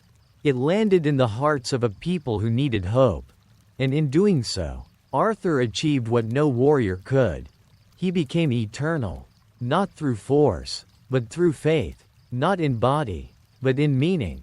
He is still with us, in the values we long for, in the leaders we seek, in the dreams we dare not say aloud, but hold close just the same. The fire is low, the night deep. Somewhere, across a wide dark sea, a barge lies still, drifting, but on this side of the mist, another fire is lit, a fire in the mind. Not in battle this time, not in arms, nor blood, but in story. And that is where Arthur is reborn again. Not in Avalon, but in the voices of bards, the ink of scribes, the breath of legends. Because after the battles faded, after the kingship crumbled, what endured, what truly made Arthur immortal, was not steel or sovereignty. It was narrative. Let us now travel not across land, but through time, not to ancient Britain's fields, but to the candlelit monasteries and crowded marketplaces of medieval Europe, where Arthur grew from remembered man to mythic monarch of the Western imagination. The first stories, from oral memory to monastic ink, long before knights in shining armor, long before Guinevere and the Holy Grail, there were fragments, in the Welsh hills, in the Breton woods, in the corners of old taverns and tribal hearths. Stories were told. Arthur was a warrior, a bear-like figure, Artos equals bear, rough and mighty, who fought giants, monsters, raiders. He was no king yet, no chivalric icon, just a champion, the greatest of his people. These early tales are found in the Mabinogion, the Annales Cambriae, the Welsh Triads, documents that preserve echoes of a real memory. Flickering through oral tradition, he may have been real, he may have been many men, but by the time monks wrote him down, he had already become something more. In Geoffrey of Monmouth's Historia Regum Britanniae, 1136, Arthur took his first true literary form. Son of Uther Pendragon, wielder of Caliburnus, soon to be called Excalibur, victor over Saxons, Romans, and mythical beasts alike, Geoffrey turned him from local hero into universal monarch, a conqueror of empires, a light in the chaos after Rome. And so the legend cycle began. France adds romance, the chivalric Renaissance. Not long after Geoffrey, the French poets took Arthur and gave him new color, new court, new code, new heart. Here enters Chrétien de Troyes, in the 12th century, composer of verse romances. In his hands, Arthur's world changes. The Round Table is named, a place of equality among noble hearts. The love between Lancelot and Guinevere becomes central. The quest for the Holy Grail begins, not a British relic, but a Christian mystery. Arthur, once a Celtic warlord, is now a chivalric king, a symbol not only of strength, but of honor, virtue, and often, tragic fallibility. These stories echoed the ideals of the medieval age: courtly love, knightly valor, religious devotion, and the inevitable cost of human weakness. They were not just stories. They were mirrors of a world trying to rise from violence and division. Malory and the English Inheritance. Centuries later, as England faced its own wars and uncertainties, one man captured all the strands of Arthur's story into a single woven tapestry. Sir Thomas Malory, and his 1485 masterwork, Le Morte d'Arthur. Here, Arthur's story becomes what most of us now know. The boy who pulled the sword from the stone. The formation of the Round Table. The tragic fall, as love and betrayal break the kingdom from within. It is beautiful. It is melancholy. And it ends not in triumph, but in twilight. Arthur's last battle. His departure to Avalon. The words that echo in every retelling. Here lies Arthur, once and future king. Malory's Arthur is a human king, noble. Yes, but flawed. His Camelot is glorious, but doomed. Through this telling, Arthur becomes England's dream and warning, a golden age imagined, lost, and yearned for again. The legend evolves, from Renaissance to today. After Mallory, Arthur slept, but only for a while. With each new century, he rose again, recast, reimagined, retold. In the Enlightenment, he faded slightly, too mythical for the rational mind. In the Romantic era, he surged anew, symbols of lost nobility, sacred quests, the wild, emotional soul of the past. Tennyson's Idyls of the King gave Arthur tragic grandeur again, mirroring the Victorian crisis between faith and modernity. The old order changeth, yielding place to new. Later still, T.H. White's The Once and Future King made Arthur whimsical, philosophical, a king who ages from idealism to sorrow. And then came the movies, the operas, the comic books, the video games, from Monty Python to Excalibur, from Disney to gritty historical reimaginings. The legend has worn many faces, but always, it returns. Why? Because Arthur is us. Our hopes, our flaws, our longing for greatness. Myth as mirror. What does it mean? That we keep retelling Arthur's story? It means we are still searching, still wrestling with what makes a good leader. Can strength and compassion coexist? How do we build unity from diversity? What is justice? What is betrayal? Arthur gives us not answers, but space to ask. Through his rise and fall, we confront our own. His court is not perfect. His friends fail. His love leads to ruin. But his intentions, his vision, those remain noble. He is not the king who never made a mistake. He is the king who kept trying. And in that, he is more enduring than any god. From campfire to screen, the continuity of storytelling. Imagine this. Once, by firelight, a bard in a Celtic village sings of Arthur. Centuries later, a monk bends over vellum in a cold scriptorium, writing his name in Latin ink. Then a knight reads him in French verse before riding into battle. Then a poet recites him in Victorian rhyme, longing for moral clarity.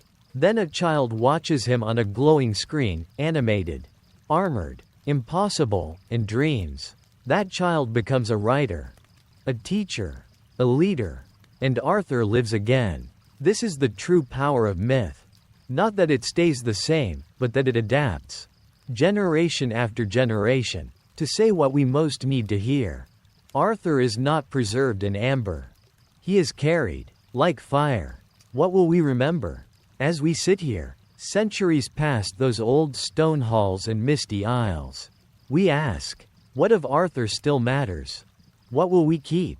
Not the names, perhaps, not the swords or castles or heraldry, but the spirit, the belief that leadership is service, that honor is not perfection, but perseverance, that a better world is always worth striving for, even if it crumbles.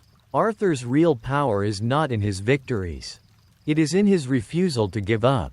Even when his dream falls apart, he remains the king who returns, not to reclaim power, but to remind us who we might be. The tale has been told. The last torch flickers. The scroll is rolled. The harp's final string is silent. We began in the mists of time, where memory bleeds into myth, and myth reshapes memory. And now, we end where all great stories return, not in death, but in meaning, not in the fading of a man, but in the light he leaves behind. Arthur, not just a name, not just a king, but a reflection of everything we hope to become when the world begins to fray. A king that was, a king that shall be. He was never truly ours. He belonged not only to Britain, not only to warriors or poets or bards. He belonged to every age that dared to dream. In the fall of empires, his figure stood. In the dawn of chivalry, his ideals bloomed. In the dusk of peace, his sorrow echoed. And always, he remained there, waiting, not for war, not for glory, but for readiness. The readiness of a people to build something worthy of the stories. Camelot was never a place on a map. It was an aspiration, a compass needle for the soul. His sword was not Excalibur, it was hope. We speak of his sword. Forged by fairy smiths, tempered by mystery, given by the Lady of the Lake, lost to the waters once more. But the truest weapon Arthur ever held was not steel. It was his hope, the belief that justice mattered, that unity could rise from division, that courage wasn't the absence of fear, but the refusal to yield to it. He did not wield these like weapons, but like gifts. And when they broke, he did not curse them. He mourned them. He learned. And that, more than his strength, is why we remember. The flame we inherit. Arthur's story ends, if it ends at all, not with conquest, but with a boat on misted water. It ends with possibility. With the idea that he will return, not to save us, but to remind us that we've always had the power to save ourselves. In this way, Arthur is not a hero. He is a challenge, a call across time. Be better, be brave, be just, even when the world is not. And in that calling, he becomes every one of us.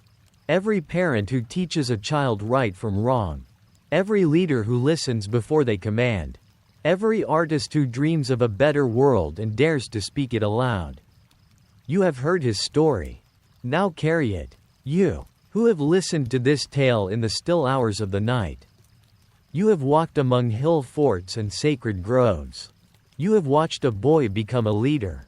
You have seen kingdoms rise and fall, not by dragons or fate, but by the choices of flawed but striving people. You have seen that what survives the sword is not silence, but story. And story, when told with heart, becomes fire. You carry that fire now.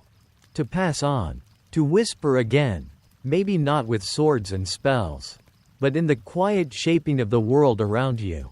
In kindness, in wisdom, in truth, in choosing, as Arthur did, not to rule with power, but with purpose. Final words before the night. It is late now. The stars have turned. The bards sleep. The fields lie fallow. The wind carries no sound but memory. Somewhere, beyond time, a king still sleeps. And one day, when the world listens again, when we are ready, he will rise. But maybe, just maybe, he already has. In you. In all of us. In the choices we make when no one is watching. In the battles we fight not with blades, but with compassion. In the stories we tell and live. Because Arthur was never the story of one man. He was the story of us at our best. And that story? It is not finished. Not yet. Thank you for listening. If this story touched your heart, I invite you to become part of the circle that keeps the flame alive. Like this video if it helped you see history not as dust, but as breath. Comment with your favorite part of the Arthurian legend, or a moment that resonated. Share it with someone who needs hope. And subscribe to Dreams of Time, where history becomes lullaby, and myth becomes memory. Until next time, sleep well, dream deep, and remember, the king will rise again. Let us begin, then, not with a clash of arms or a kingly council, but with a silence that lingers over broken walls and hollow archways. The remnants of a world once mighty, now swallowed by moss and time. You stand at the edge of a ruined villa. The once grand Roman outpost now lies hushed under creeping ivy and mist. Its floor mosaics faded, its pillars tumbled, yet still haunting in their symmetry. A bird calls from the collapsed roof beams. Somewhere beneath your feet, buried under layers of silt and memory, a Roman centurion may have once stood, writing orders in Latin, never dreaming his empire would fade like smoke. This is the Britain that Artorius inherited, not the glory of Rome, but its fading echo. Long before the songs of Arthur and his knights rode the wind, the island had been girded in stone, Roman walls, Roman roads, Roman customs laid like a scaffold over native soil. And though the legions withdrew, The bones of their world remained, scattered across the countryside like the skeleton of a giant. Even now, in the early 6th century, one could walk for days and still follow the ancient roads. Though cracked and wildflowers burst through the seams, they stretched straight and true, cutting through the hills like memory itself, efficient, uncompromising, the legacy of an empire that once believed itself eternal. Artorius, the man some might one day call Arthur, had grown up among these stones. In his youth, he had trained not just with sword and spear, but with scroll and stylus. His father, a cavalry officer loyal to the last Roman governors, had insisted on both martial and civic discipline. The young boy had walked beneath the tiled roofs of a still-breathing Rome in Britain, had heard sermons in half-empty basilicas, and had seen, perhaps too young, the fraying edges of civilization. His people were not Roman. Not fully. They spoke Brittonic, prayed to both old gods and new, honored sacred springs as readily as they did the Christian cross. But they remembered Rome. They remembered its order, its roads, its sense of law. And as the Saxons pressed in from the east and chaos surged from the west, it was to these crumbling memories that men like Artorius looked for guidance. He was, in many ways, a bridge, not just between Celt and Roman, but between memory and future. When he stood in a village square to mediate a land dispute, he would quote Roman legal principles, not because his people fully understood them, but because the echo of that authority carried weight. When he planned a fort's defenses, he would consult not just the land but old imperial maps drawn by engineers long dead. And when he spoke to his warriors, he reminded them of who they had once been, not mere tribes, not scattered hill folk, but the heirs to a land once civilized, once connected to the heart of empire. And so, in his time, the dream of Rome lingered, not as fact, but as aspiration. The halls he built, though humble in timber, were laid out with Roman symmetry. The councils he convened, though tribal in nature, were infused with Roman deliberation. The chronicles written by monks in remote outposts tried, in their imperfect Latin, to capture a world that was fast vanishing. But more than walls or words, it was the values that lingered: law over chaos, reason over impulse, unity over division. These became the true inheritance of Rome, not the legions or the laurels, but the dream of something greater than the self. Artorius did not pretend the old world could be rebuilt. He was no fool. The smiths could not reproduce the steel of Roman blades. The stonemasons could not replicate the aqueducts. And yet, he insisted that something could still be preserved. That honor could replace bureaucracy. That oral tradition could uphold justice. That memory could become identity. And therein lies the quiet miracle. It is not uncommon for cultures to fall. It is rare for the spirit of a fallen culture to survive. Not in books or monuments, but in the hearts of those who barely knew it, who only caught a glimpse, and still chose to carry the ember forward. In the evening, as the fires burned low and the warriors rested their tired limbs, old men would tell stories of when the legions marched in formation through the valleys. Children, wide-eyed, would listen, not understanding half the names, but feeling the weight of them. Caerleon, Eboracum, Hadrian's Wall, words passed down like lullabies from a world long vanished. Artorius, too, would sometimes speak of Rome, not with yearning, but with reverence. They kept the roads clear, he once told a young warrior, and they wrote down laws so they would not change with every man's whim. Then, after a pause, but they forgot their soul. That is why they fell. In that, perhaps, lies the deepest lesson, that empire alone is not greatness. That to endure, a civilization must be more than walls and coins. It must believe in something, and pass that belief forward. As the chapter closes, and you return once more to the quiet chamber of sleep. You think of those half-buried mosaics, the vines curling through archways once swept clean, and the man Artorius walking those broken stones, seeing not just ruin, but foundation. And in that moment, you understand. Legend does not grow from perfection, but from those who build in the ruins and believe. Morning comes with the hush of mist rolling over the valleys, thin as gauze, veiling the outlines of trees and distant hills. In the gray light, the stronghold stirs slowly. You follow Bedwire and a small party of villagers down an ancient path. Today's destination is a hilltop that once held a Roman signal tower. Long since collapsed, its stones now used to build sheep pens and hearths. But even in ruin, its purpose lingers. The land remembers. Murden walks beside you, explaining in a tone of quiet awe. They lit fires here, signal beacons. A chain of towers stretching to the coast. When the enemy came, flames would leap from one hill to the next.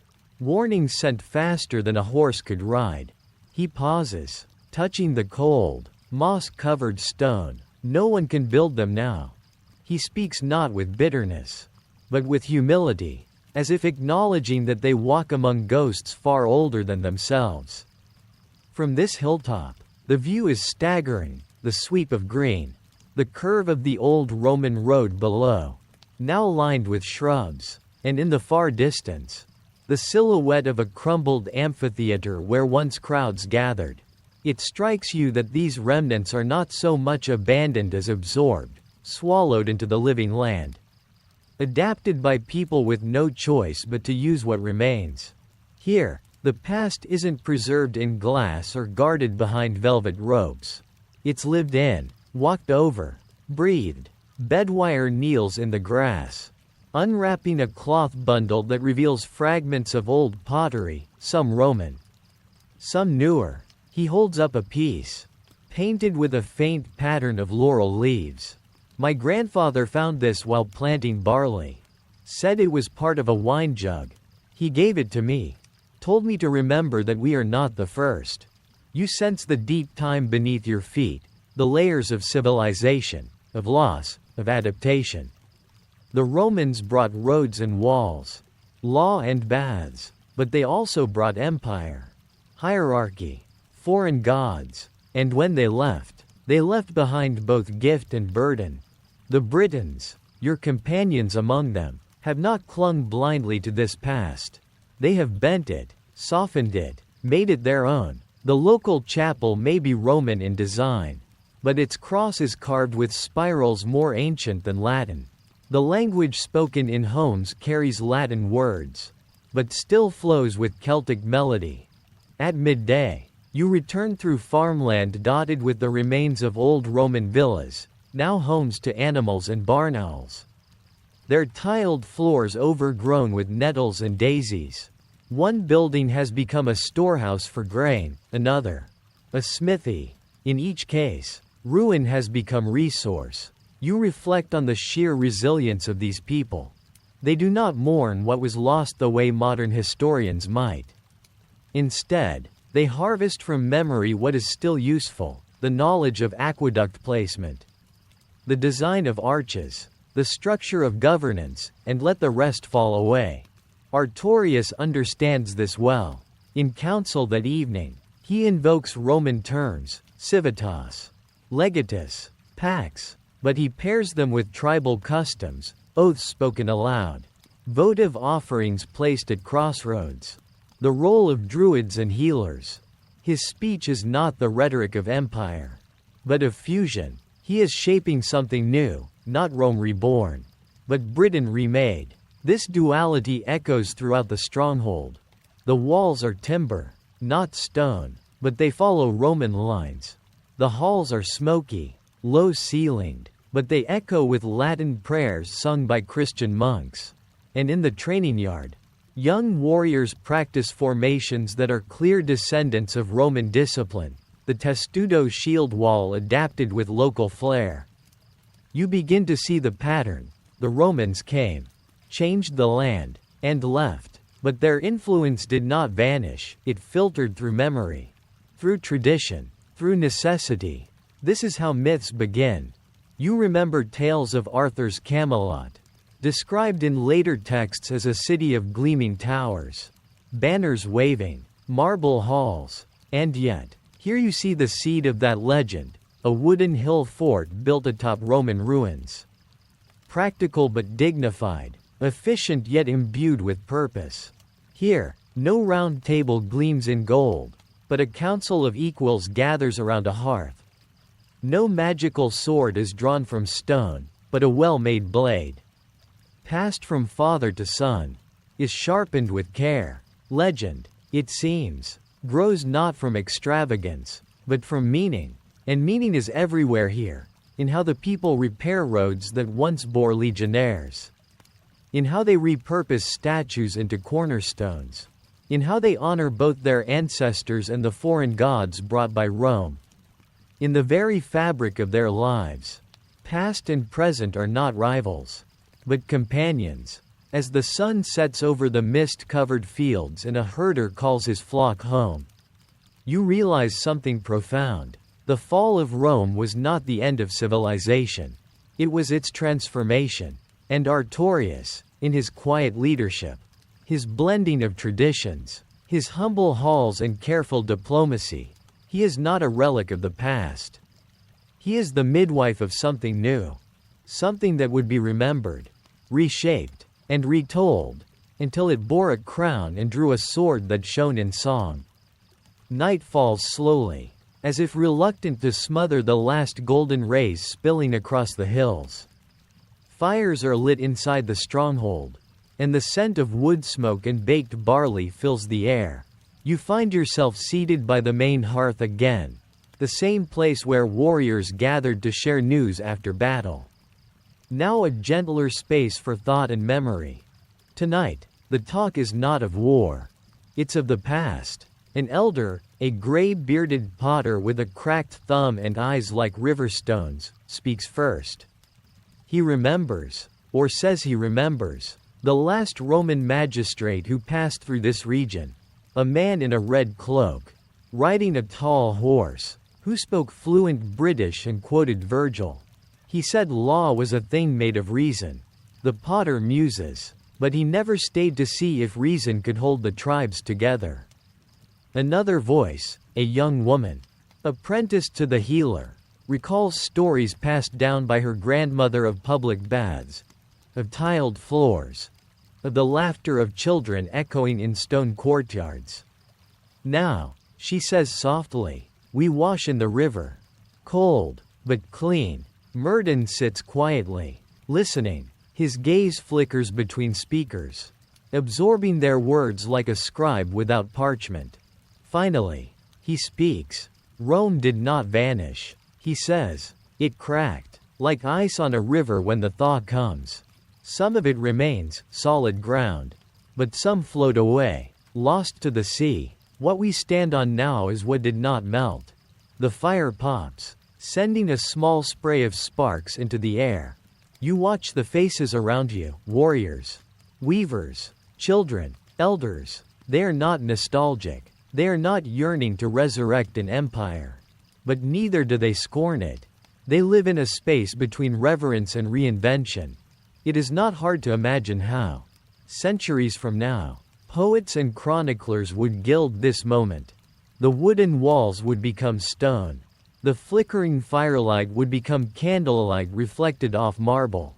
The modest man listening thoughtfully, Artorius, would become a king of kings, enthroned in splendor. But here, now, it is simpler, and perhaps more powerful. You slip outside into the cool night. Stars wheel slowly above. The old Roman road gleams faintly under the moon. A silver thread stretched across the land, leading back to a world that no longer exists, and forward into a future not yet born. Bedwire joins you, arms crossed, breathing the crisp air. My grandfather, he says, once told me that the Romans built to last 1,000 years. But he said a tree, grown right, could last just as long and feed more mouths. You smile. It's a small thought, but profound. Because while Rome built in stone and fire, these people build in flesh and story, in memory, in song, in the rhythms of seasons and the rituals of planting, in the strength of community and the quiet persistence of care. That, too, is a legacy, and perhaps the truest one. Because when stones crumble and books rot, what endures is the idea, passed from mother to daughter, from elder to apprentice, from firelight to dream. Back inside, the harp begins again. The young bard sings a simple tune, no grand tale, no conquest, just a lullaby of hills and wind and seasons turning. Children doze against their mother's shoulders. Warriors lean back, eyes closed. The fire flickers. And you, caught between worlds, feel time dissolve. You see the layers beneath this moment, the ruins below the fields, the footsteps in the dust, the echoes in the stones. You understand, now, how a Roman watchtower became a sheepfold, how a collapsed bathhouse became a granary, how a war leader named Artorius became a king named Arthur. Not through conquest, but through transformation, not by surviving as is, but by changing, adapting, becoming legend. And as you close your eyes, the fire warm on your face, a final thought stirs in your heart. The empire may fall, but the stories endure. The sun rises not over misty British hills this time, but over the glittering waters of the Bosphorus. And there, like a dream, like a vision conjured from marble and gold, stands Constantinople, the queen of cities, a place that defies the fall of Rome, even as the Western Empire lies in fragments. She is not a ruin, nor a ghost of former glories.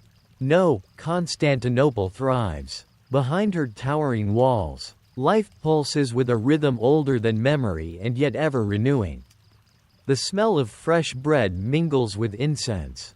The call of merchants blends with the chants of monks.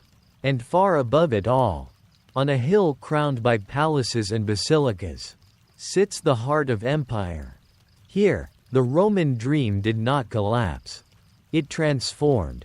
You enter the city on a quiet morning, following a trader's caravan through the Theodosian walls, those massive triple ramparts of stone and mortar that have withstood siege, earthquake, and time itself. As your feet touch the ancient Mies, the great ceremonial road, you realize this is not Rome reborn. This is Rome continued. Markets bustle with silks from Syria, spices from India, furs from the steppe. Priests in jeweled vestments pass beggars who cross themselves with reverence. The air hums with Latin and Greek and languages you cannot name.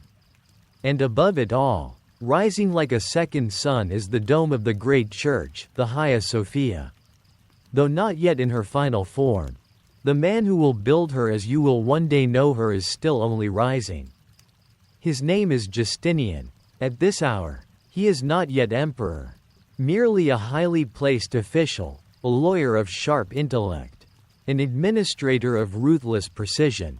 But already, the whispers stir, that he is different, that he sees things others do not, that in him lives not only the law of old Rome but the vision of something greater.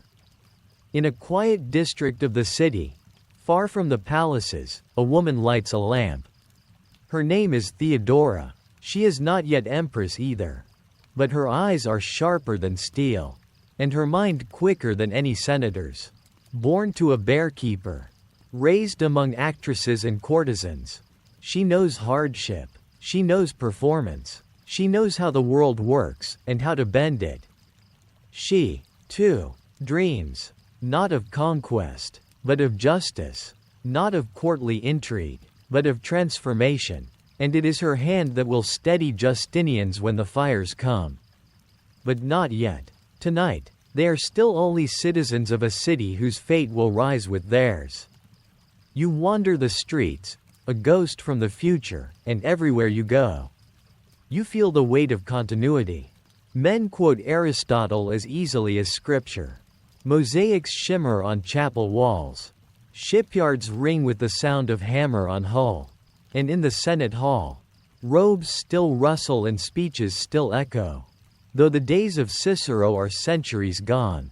This, too, is Rome, not in name alone, but in substance. And yet, beneath the splendor, there is tension. The city is not at peace. Factionalism festers. The blues and the greens, ostensibly sporting clubs, but in truth political machines, stir the people. Riots flare. The poor grow restless under heavy taxes. The elite grumble behind gilded doors. Justinian sees it all. He watches. And he waits. Years pass like falling petals. Soft and unnoticed. You return again, or dream you return. And now Justinian is emperor. His uncle, Justin, has passed the crown to him. And with it, the weight of the empire. He wears it well. His first acts are quiet consolidations, appointments, revisions of law. But soon, his ambition stirs. He will not simply maintain this empire. He will restore it, not only in territory, though he will send generals westward to reclaim Africa, Italy, and Spain, but in spirit. In order to do so, he will need more than soldiers. He will need vision and fire. It begins with the law. In halls where legal scrolls piled like ancient leaves, Justinian orders a gathering, scholars, jurists, interpreters of dusty statutes, and from chaos, he demands clarity. The result, the corpus juris civilis, the body of civil law, a legal masterpiece that will echo through the centuries, shaping not only Byzantium, but medieval kings, Renaissance thinkers, and modern legal codes. From France to America, its spirit survives, because Justinian believed that empire without law is merely conquest. But law alone is not enough. He turns his eyes next to glory, to building, to faith, to Hagia Sophia. You stand beside the foundations as the earth is broken. The old church has burned in the riots, the infamous Nika revolt. A near destruction of the city itself. When mobs roamed the streets and palaces nearly fell. Justinian's throne nearly vanished in flame. But Theodora stood firm, refused to flee, held her husband's resolve when his generals lost theirs. I will not live another day if it is not as empress, she said, and because of her, Justinian stayed and rebuilt. He summoned Isidore and Anthimus, architects not just of buildings, but of wonder. They would construct not merely a church, but a vision of heaven. You watch the dome rise, stone by stone, prayer by prayer. When it is finished, it seems to float, an impossible geometry of light and space. The emperor walks into it and weeps. Solomon, he says, I have surpassed thee, and for once, perhaps, he has. But all that glitters is not gold. Plague comes, black and swift, the first wave of the great pandemic that will haunt empires for centuries. The Justinianic plague, they will call it, cities emptied, crops unharvested, priests and princes alike taken without warning. Justinian himself sickens, but he survives. And when he wakes, weakened but unbroken, he dreams still of uniting the world. He sends Belisarius, the boy general, to Africa, and Carthage falls. Then to Italy, and the Ostrogoths are driven back. The Roman eagle flies again over Ravenna.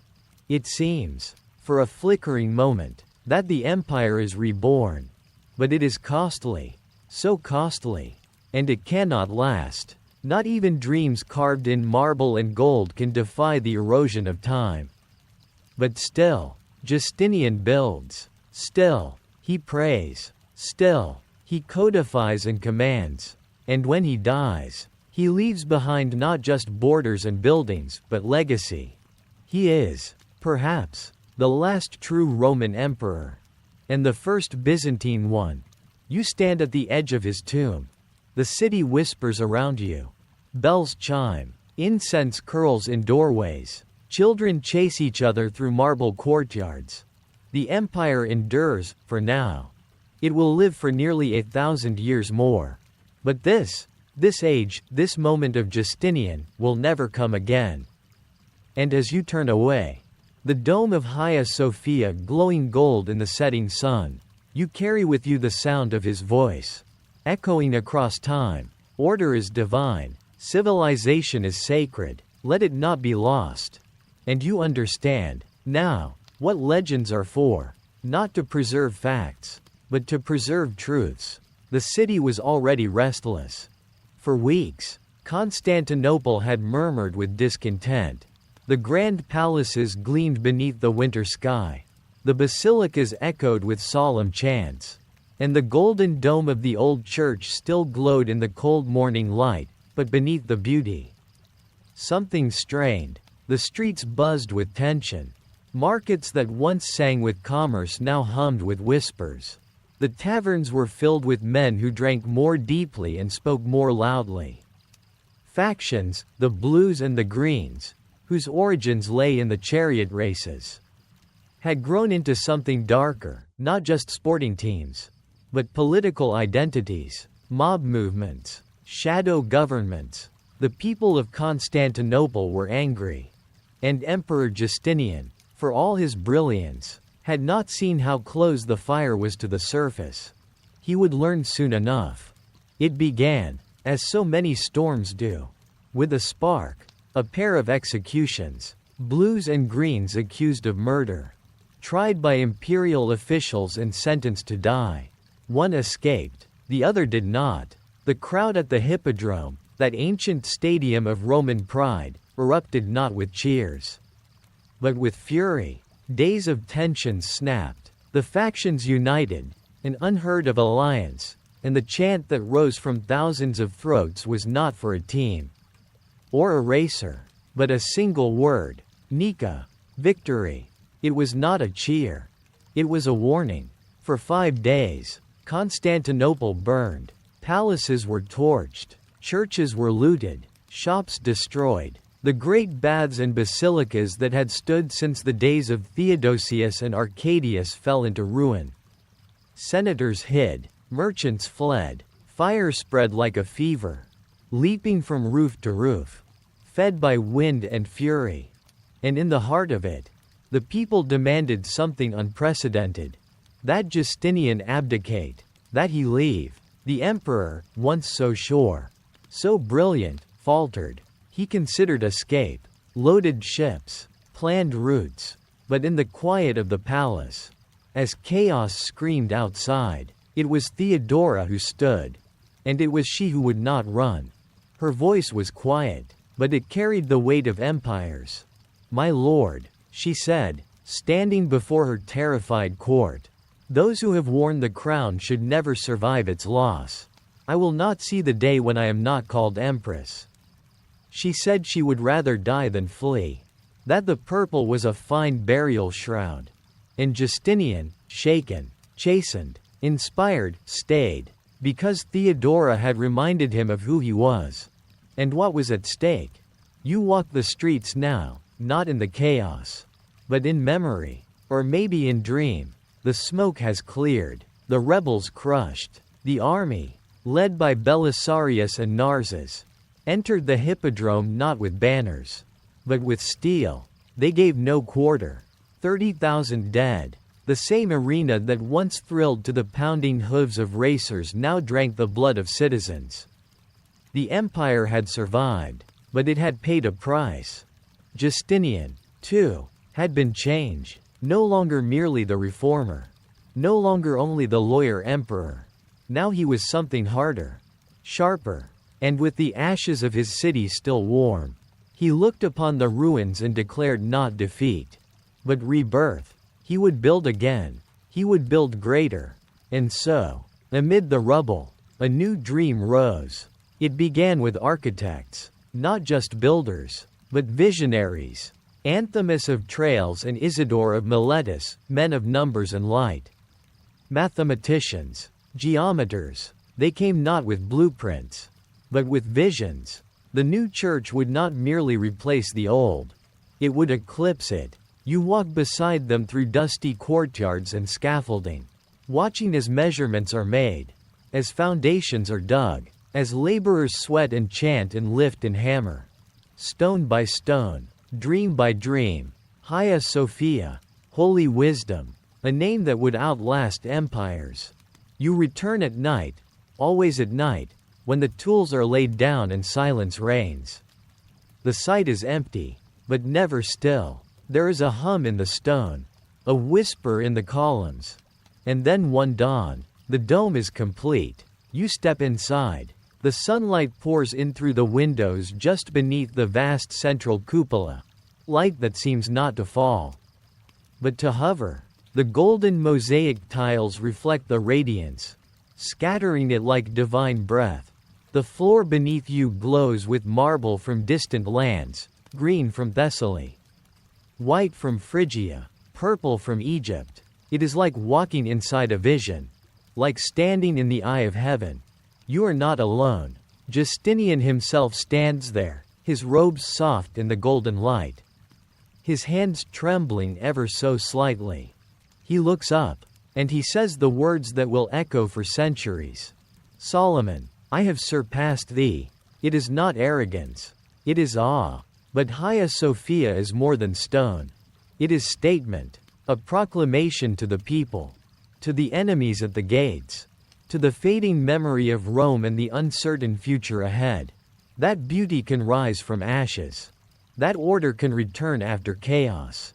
That faith and reason, geometry and gold, mortal labor and divine purpose can combine to make something eternal. You sit there for hours, or maybe moments, in the great nave. Time softens, candles flicker, incense curls upward like thought. And you realize, this is not merely a church. It is a promise. Outside, Constantinople breathes again. The markets reopen. The factions retreat to their colors. Senators return to whisper. The docks fill with ships from Africa, Syria, and the Black Sea. Life continues, but it is changed. And so are you. You walk the streets no longer as a stranger, but as a witness. You have seen what it costs to hold civilization together. Not only gold, not only armies, but vision, and will, and the courage to stay, when every instinct screams to flee. Justinian and Theodora did not save Rome. They transformed it, and in that transformation, they gave us something greater than walls or laws or palaces. They gave us memory, and memory, when shaped with care, becomes legend. Just as Hagia Sophia is more than a church, their story is more than history. It is part of something eternal. A fire that will pass from age to age, from empire to empire, from heart to heart. The wind whispers across parchment, not across battlefields, not through marble halls, but over scrolls, rolled tightly, inked by tired hands under the flicker of oil lamps. Here, in the silence of study, civilization breathes, not with shouts, but with structure, not in conquest, but in clarity. This is a different kind of greatness. And it begins, not with a sword, but with a question. What is just? You find yourself in the heart of the imperial palace, but not in the throne room, not amid robes and politics and sharp glances exchanged between advisors. This room is smaller, tucked away, plain, and yet, in its quiet, it may be the most powerful place in all Constantinople. Scrolls line the walls. Codices bound in stitched leather rest on worn tables. The scent is of vellum and wax and ink, and of minds that burn with order. A young man sits at one of the tables, head bowed over a scroll, his finger moving across a line of Latin text. The words are old, older than Justinian, older even than Theodosius or Diocletian. They trace back through centuries of judges and advocates, to the very bones of the Republic. And yet, they still speak, because laws, when written well, are not relics. They are bridges. You begin to hear the voice of Tribonian, not the emperor, not a soldier, not a saint, but a jurist, a scholar, And, in many ways, the quiet architect of Justinian's greatest legacy.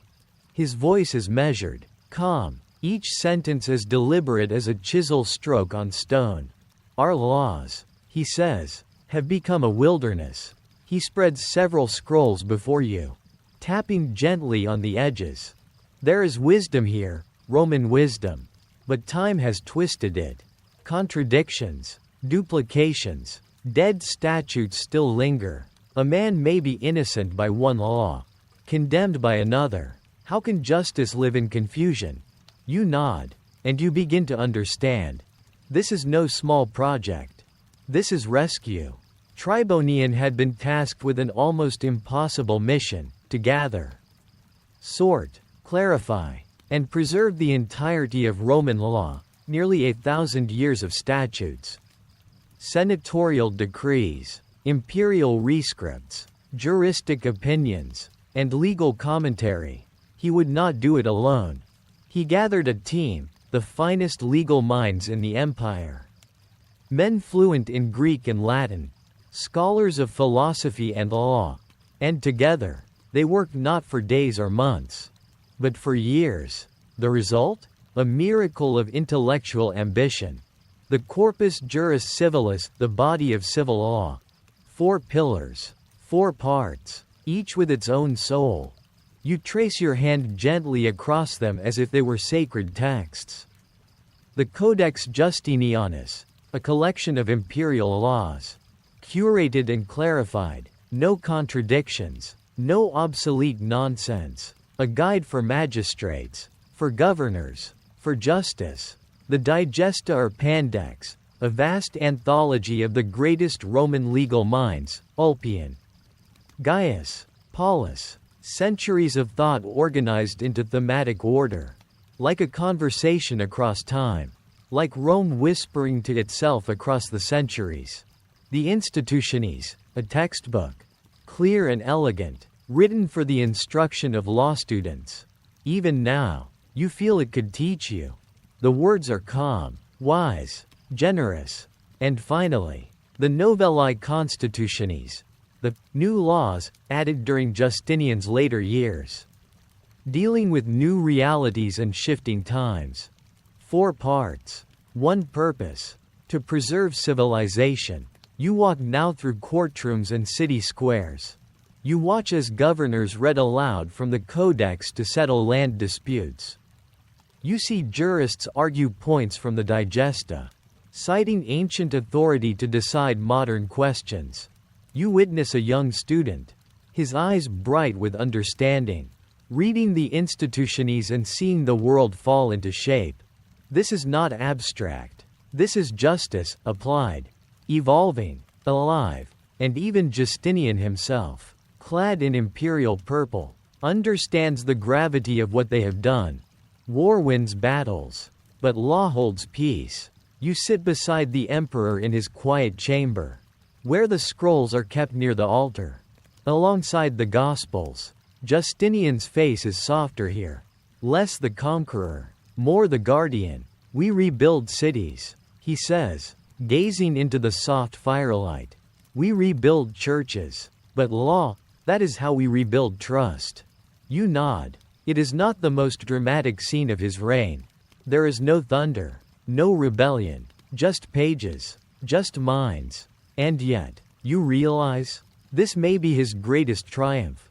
What was saved in those scrolls did not remain in Byzantium. It journeyed west, centuries later, carried by monks, rediscovered by Italian scholars, reinterpreted by Renaissance jurists. It crossed oceans, found new soil in the Americas. The echoes of the Corpus Juris Civilis live today in the laws of Germany, France, Spain, in the civil codes of nations across the globe. Even now, in courtrooms where robes are worn and verdicts rendered, fragments of Justinian's order breathe. The Roman law survived not through empire, but through understanding. Outside, Constantinople shimmers in the morning light. The flames of the Nika revolt are long extinguished. The dome of Hagia Sophia stands tall. And beneath it, in libraries and schools, Scrolls are read, not because they are ancient, but because they still matter. And so you walk, not through ruins, but through a city that remembers. You pass jurists whispering to their pupils, old men copying pages with careful hands, women teaching their sons not only how to wield swords, but how to live justly. This is the true legacy. A world rebuilt not on dominance, but on clarity, on justice, on wisdom. As you close the great scroll and leave the chamber, you feel something settle within you. A calmness, a purpose. You may not be an emperor, or a jurist, or even a citizen of this age, but like all who have passed through the halls of law, you are now a custodian of memory. And as the night falls, you hear once more the ancient whisper of Rome, not in marble or myth, but in reason, in the dream that justice can be known, and shared, and passed on, even when empires fall. The sea is calm this evening. Dark, still, almost like a sheet of beaten metal, catching the glow of distant starlight. The kind of night when ships glide like ghosts, and the sound of oars dips gently into silence. Somewhere on that quiet sea, a man stands on the deck of a Byzantine warship. He is not old, barely past 30, but already the whispers have begun. Belisarius, the new Scipio, the shadow of Caesar. He doesn't believe such titles. Not yet. He is simply a general, a loyal servant of the emperor. And he is sailing into the unknown. The year is 533. The Western Roman Empire has been gone for nearly a century.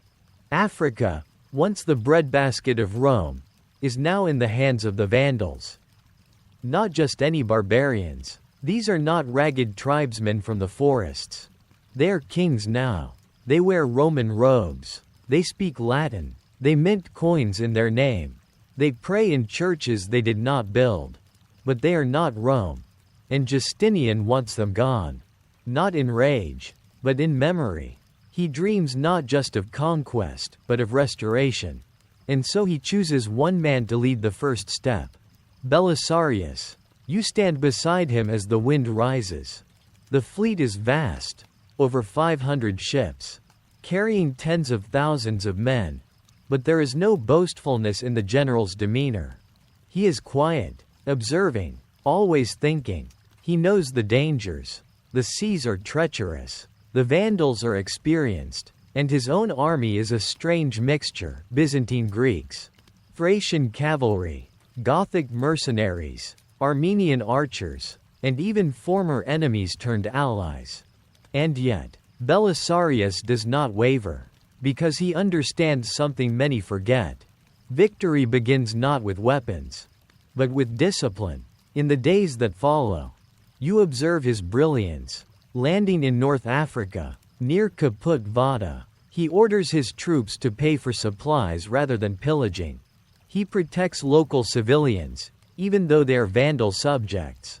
The effect is immediate. The Roman name, long feared, becomes welcome again. People begin to whisper, perhaps the empire returns not as a tyrant, but as a protector. The first steps are not in blood, but in respect. At Ad Decimum, the Vandals strike. You see the dust of their cavalry before the sun has risen. The trap is clever. A three-pronged ambush meant to crush the Byzantines between Vandal wings. But Belisarius has anticipated it. Not by brute force, but by pattern. He separates his forces to bait confusion. His cavalry wheels at the right moment, sweeping one wing aside. The Vandal king, Gelimer, nearly succeeds, but falters when he finds his brother's corpse on the field. Grief paralyzes him, and Belisarius pushes forward, not in celebration, but with calm focus. The enemy breaks. The road to Carthage is open. You arrive 2 days later. The ancient city, a jewel of the western provinces, does not burn. Instead, it opens its gates. Carthage, once Roman, becomes Roman again, and the people do not resist. They come out to greet the general. Children throw laurel. Women bring bread, men cheer, cautiously, remembering old oaths. Belisarius enters not like a conqueror, but like a surgeon restoring a broken limb.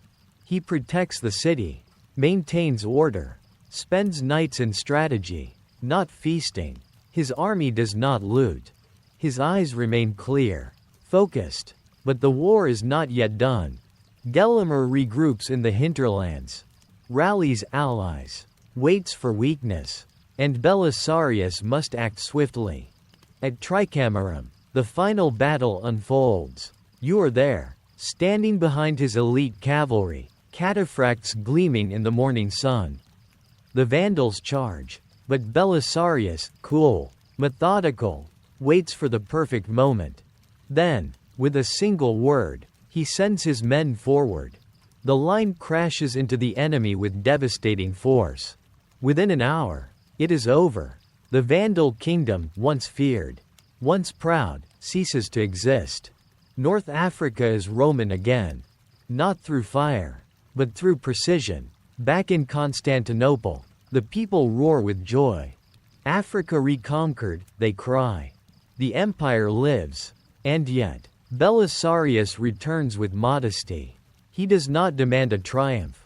He walks through the capital almost shyly, receiving only a portion of the praise he deserves. Justinian watches, and remembers, for a greater task lies ahead. You sit with Belisarius one quiet night. Years later, he is older now, lines around his eyes, a heavier look in his gaze. He has won victories that should have made him immortal. And yet he is silent.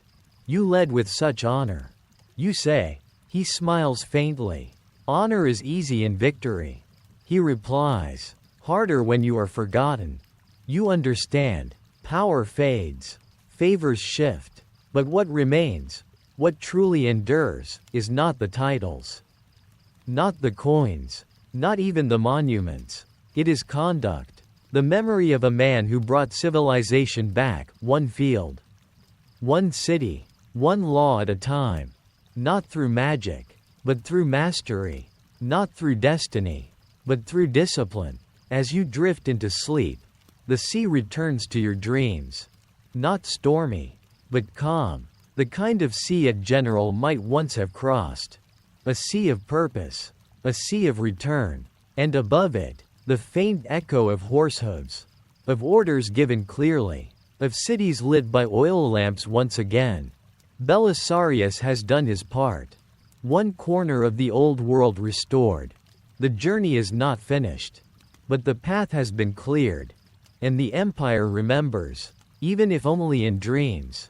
It begins not with triumph, but with silence. The kind of silence that falls over a city when people expect thunder and hear only the wind.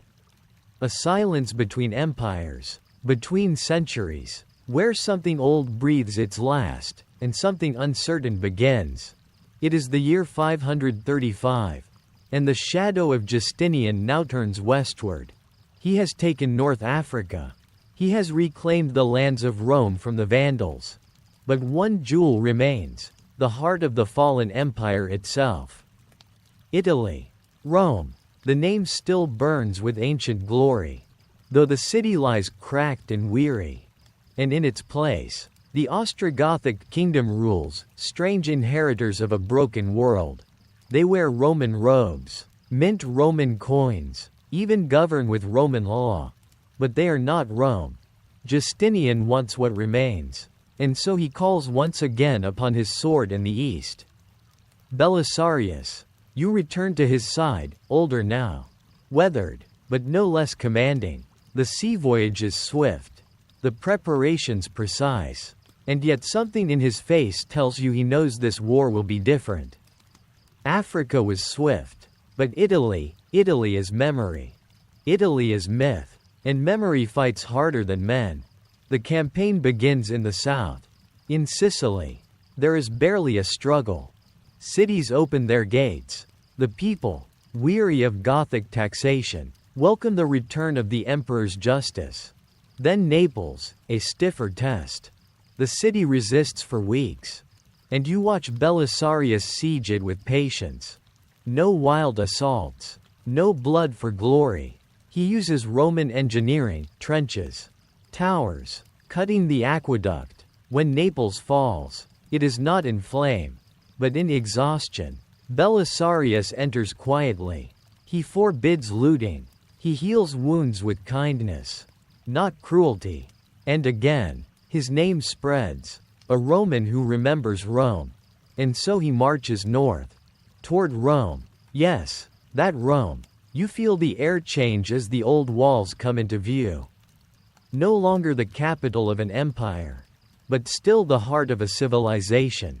The Ostrogoths have left, abandoned it for strategic reasons. And the eternal city opens its gates to Belisarius without a fight. You stand with him in the forum. The columns are chipped, the marble cracked.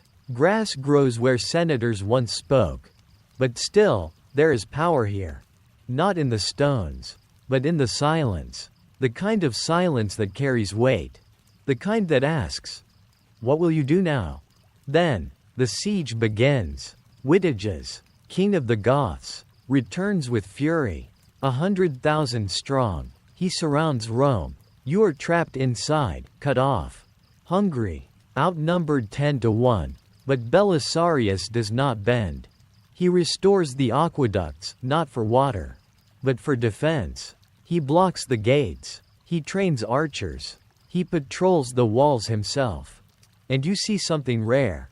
A city not just defended, but believed in. The Romans begin to remember who they are. For a year, the siege drags on. Famine gnaws. Disease stalks. But the gates do not break. One night, beside the fire, you speak with a centurion, an old man who once fought in Persia. He tells you, this is not a war for land. It's a war for memory. For what we still believe we are. And you understand, Rome is not walls. Rome is a story. And Belisarius refuses to let it end. The Goths withdraw. Rome stands. But the war is far from over. What follows is long and bitter. A war of attrition. Of shattered cities and shifting loyalties. Belisarius takes Ravenna, the Gothic capital, through cunning, not force. He feigns negotiations, offers clemency, and the Gothic nobles, tired of war, hand over their king. It should be over. It could be over. But politics in Constantinople poison the peace. Justinian, ever wary, recalls Belisarius, half in glory, half in suspicion, and Italy begins to fall apart again. You travel north in the years that follow, walking among ruins, churches collapsed, farms abandoned, roads patrolled by bandits. The land is weary, too weary for victors. This was not like Africa. This was not clean conquest. This was slow unraveling, each gain bought with sorrow. Each triumph shadowed by decay. And you understand now why people will one day turn these events into legend. Not to forget, but to make sense. You visit Rome once more. The city stands, but it is quieter. Fewer voices in the streets. Fewer lights at night. But within the churches, the candles still burn. A young boy recites scripture in Latin. An old woman sells bread beneath a broken arch. Life endures, just as it always has. And somewhere, far away, Belisarius rides again, called to new wars, to Persia, to rebellion. His story isn't done. But here, in Italy, the mark he left is deeper than any sword stroke. It is in the memory of a people who saw, if only briefly, a glimmer of the old Rome. Not in marble or majesty, but in the discipline, mercy, and resolve of a man who remembered what it meant to be Roman. You lie down that night beneath an old aqueduct. The stars above shine as they did for Caesar, for Cicero, for the emperors and the legions. And you wonder, was this war a tragedy? Or a rebirth? The answer, like the echoes beneath Rome's 7 hills, is not simple. But in the quiet, you hear the shape of it. Not in words, but in memory. The sun sets slowly on empires. not in great fire and fall, but in drawn-out sighs, shadows growing longer across maps drawn with too much ambition. As Italy bled under the Gothic War, the Emperor Justinian turned his eyes west once more, far beyond the Alps. Across the blue of the Mediterranean, to the fragmented kingdoms of Hispania. Spain. There, amidst the crumbling remains of Roman villas and Visigothic courts, he saw another spark, another chance to reclaim what once belonged to the empire. But the hands that reached for it were growing old. Justinian, now an aging emperor, burdened with plague, court intrigue, and the limits of human reach, still dreamed imperial dreams. And so in the year 552, as the Italian campaign dragged to its weary conclusion, he sent a fleet, not vast, but precise, toward the southern coast of Spain. You travel with them. The sea is calmer now than in earlier campaigns. The soldiers speak less of glory, more of duty. They've heard stories, of Belisarius, of Rome, of the fading Gothic kings. But Spain feels different. It is not the Rome they remember, nor the chaos of Africa. Here, Visigothic rule is entrenched, less cruel than feared, but fractured by internal strife. A local noble, Athanagild, has rebelled against his king and asks for Byzantine aid. An old story, an old mistake, but the Byzantines answer. Landing near the city of Cartagena, the imperial troops make swift gains. The cities along the coast, long neglected by Gothic overlords, welcome the Eastern Romans not as conquerors, but as restorers. To them, the double-headed eagle is not an invader, it is memory. Language, law. For a while, things seem easy. A corridor of coastal towns, from Cartagena to Corduba, comes under imperial control. Justinian's purple banners once more fly above western walls. And yet, you feel the limits. The gains are narrow, tenuous. The interior remains fiercely Visigothic. And the Byzantines, stretched thin from Italy, from plagues, from Persia, can send only so much. The province of Spania, as it will be called, will never be the jewel Justinian imagined, but it glows nonetheless, briefly, defiantly, as the empire's westernmost flicker. Back in Constantinople, the air grows heavy, not with celebration, but with the chill of endings. The emperor, once the embodiment of eternal Rome, is old now. His eyes have dulled, his steps falter, but his mind remains sharp as ever. You stand once more in the halls of the great palace. Mosaics gleam under torchlight, court eunuchs pass like ghosts. You overhear whispers of succession, of intrigue, of Theodora, gone now, her presence still lingering like incense. Justinian does not speak of her, but you see it in the way he watches the wind stir the curtains in the throne room, as though he still expects her voice to rise behind him. The city is quiet in the evenings. Gone are the riots of the Nika revolt. Gone, too, is the feverish construction of Hagia Sophia, now standing serene as the lungs of Christendom. Justinian walks its vast interior sometimes alone, sometimes with clergy, sometimes in silence. I have surpassed Solomon, he once said upon entering. But now, he says nothing. He merely listens, to the echo of footsteps across marble, to the psalms sung under the great dome, to the silence between the words. The plague has returned, less fierce than the first wave, but cruel in its way. It stalks the poorer districts. It spares neither saint nor sinner. And as you pass through the city's quarters, Armenian, Syrian, Greek, Gothic, you see the cost of empire not in gold, but in suffering. Hospitals founded by Theodora's orders care for the dying. Monks tend to children orphaned by fever. And still, the state machinery turns, taxes are collected, grain is shipped, law is enforced. But the people, the people, They walk slower now. They watch the horizon with less certainty. They have seen too much. In one quiet moment, you find yourself near the Imperial Library. An old scholar there, one of the last who can still read the deepest Latin texts, shows you a scroll. It is a history of the Western Empire's final days.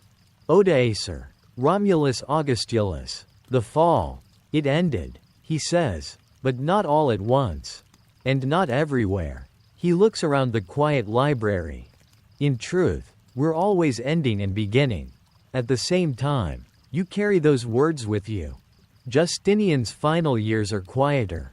His ambitions dim, but do not die. He continues to issue edicts, codifying Roman law, refining imperial structures. His corpus juris civilis will outlive him, will shape Europe's legal mind for 1,000 years.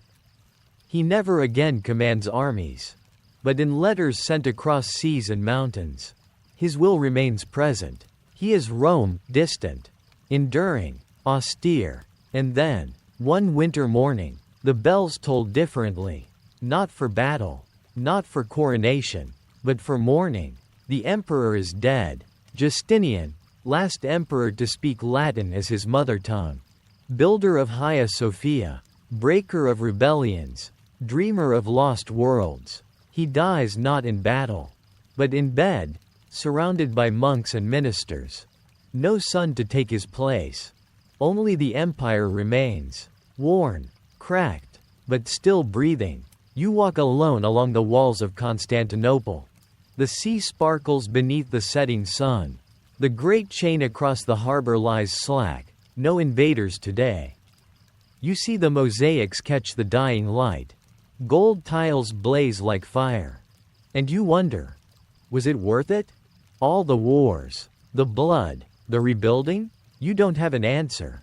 But in the faces of the people, in the prayers sung in churches, in the laws inked by scribes, in the quiet dignity of a city that has survived, you see something more lasting than victory.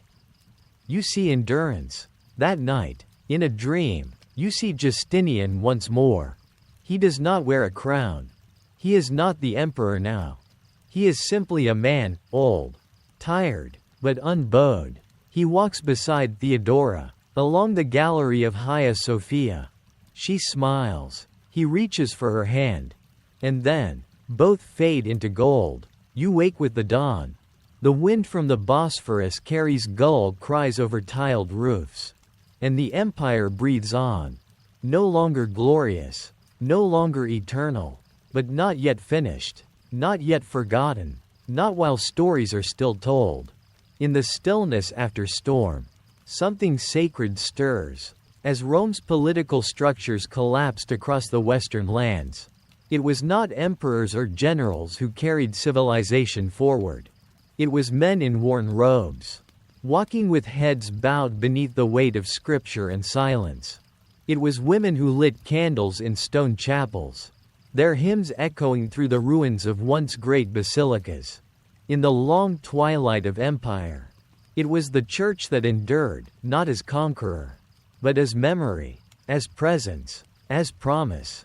And from within that sacred endurance, a new force arose quietly and patiently, monasticism. You find yourself walking a narrow path through misty hills. Somewhere in the old Roman province of Gaul. The earth is damp. A soft rain clings to the leaves. Ahead, a simple stone structure comes into view, a monastery. Not grand, not gilded, but alive. Within its walls, prayers rise like breath. The brothers chant the divine hours, matins before dawn, lauds with the first light, vespers as the sun dips below the trees. Their rhythm is older than kings, older than cities. It is a rhythm of the soul. The monastery was founded by a man once wealthy, once a soldier, perhaps, or even a senator, but he gave it all away. To live in silence, to live in service. You meet him in the garden, tending herbs with weathered hands. He greets you with a nod. Not words. Words are rare here. Time is measured not by battle cries, but by the sound of the bell. And yet, within these quiet lives, there burns an unshakable purpose. Each monk has taken vows. Poverty, so they may not be owned by things. Chastity, so their love may be undivided. Obedience, so their egos may be stilled. But these are not hollow denials. They are disciplines, meant to shape the self like a sculptor shapes stone. You sit beside a novice, no more than 18, copying scripture onto vellum with ink made from oak galls.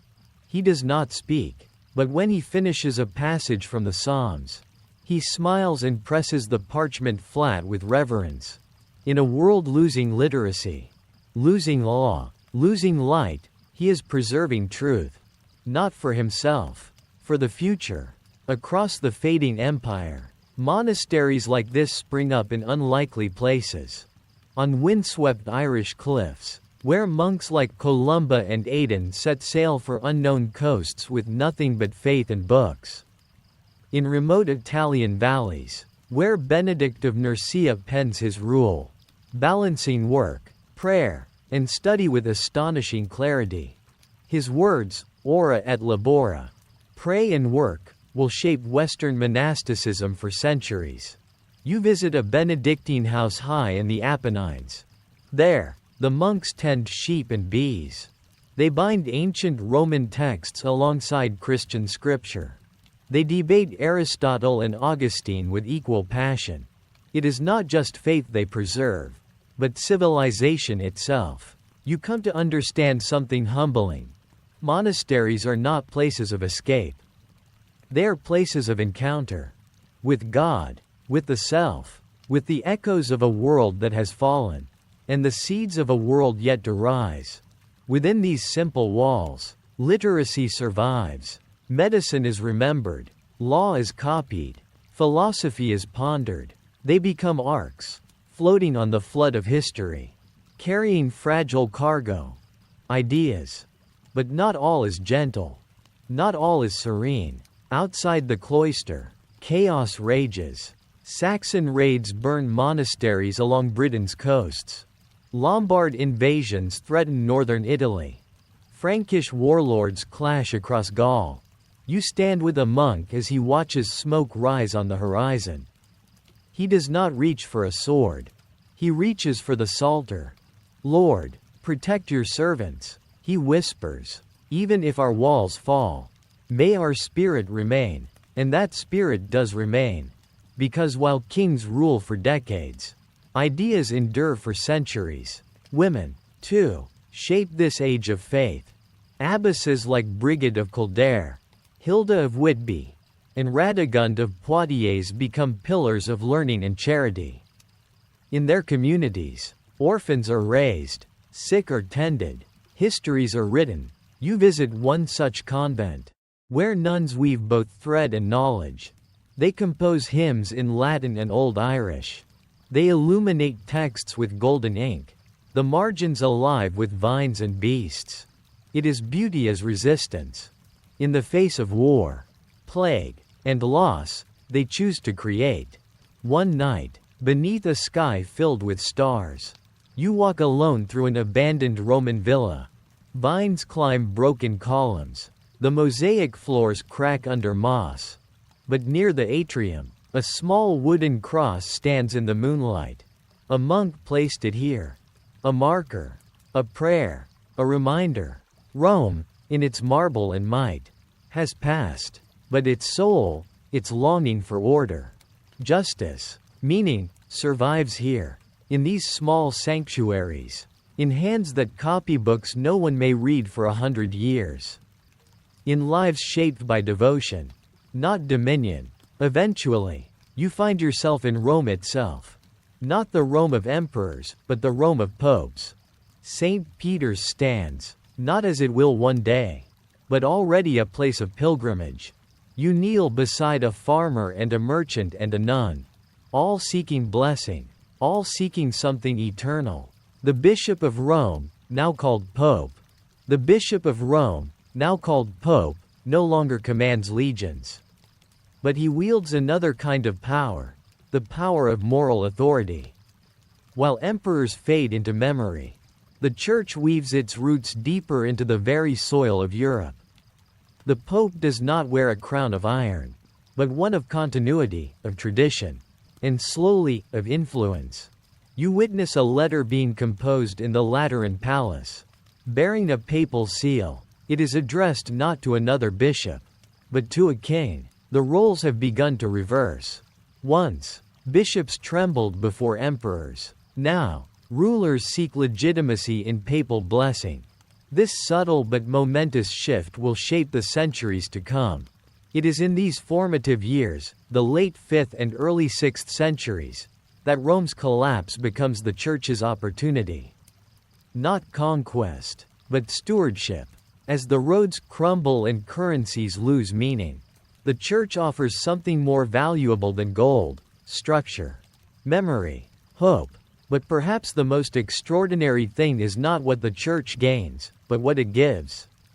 In small chapels by crumbling roads, you hear Latin again, not barked by Roman centurions, but sung in sacred tones. The Gloria, the Sanctus, the Pater Noster, they echo across hills once filled with legions. Language becomes liturgy. Ritual becomes resilience. Where once there were tribunals, now there are altars. Where once there were forums, now there are cloisters. Yet the bones of Rome remain, its laws, its philosophies, its calendars, carried not by armies now, but by shepherds of souls. And in the quiet hills of Britain, you see this same miracle unfolding. Christianity, once a foreign creed brought by Roman missionaries, is becoming native. Bishops arise not in distant dioceses, but in the hearts of local communities. You visit Glastonbury, where monks speak of Joseph of Arimathea and whisper of a holy vessel, the Grail, that might rest somewhere in these green isles. Fact? Myth? It hardly matters, because what you see is the birth of a new cultural mythos. One that blends local Celtic reverence for sacred wells and enchanted groves with the Christian vision of eternal life and divine sacrifice. This fusion will become the spiritual fabric of the Arthurian world, a world where crosses and swords, chalices and oak trees, saints and spirits, all coexist in shimmering harmony. One evening, seated by the hearth in a monastery on the edge of Wales, you ask an old monk what he believes the Church's purpose truly is. He does not answer right away. Instead, he holds up a candle. This, he says, is what we are, not the sun, not even the moon, but a light that refuses to go out, especially when the night is longest. You never forget those words. As the chapter closes, you understand something that no warlord or king ever fully could. That legacy is not forged only by sword or stone. It is also carried in parchment and prayer, in seedling and psalm, in the hands of the silent. These quiet keepers of wisdom, monks, nuns, abbots, and scribes, are the unseen architects of the next age. Long after the clash of arms has faded, their songs will remain, and in their songs, a leader's name, Arthur, Artorius, the Bear of Britain, will find its echo, sanctified not only by glory, but by memory, because to remember is to keep alive. And the Church, through the rise of monastic life, becomes the memory of a civilization, kept safe while the world reshapes itself. The Roman legions are gone. The eagle standards no longer rise over Britain's fortresses. And the imperial roadways, once humming with traffic and official messengers, now lies softened by moss and silence. But life, in its quiet persistence, does not vanish with empires. It adapts. It is easy, looking back across the centuries, to imagine that the end of Roman rule brought with it chaos and collapse, and in some places, it did, but beyond the wars and shifting borders, beyond the fall of city councils and coinage, there remained the most enduring heartbeat of any civilization, the everyday life of its people.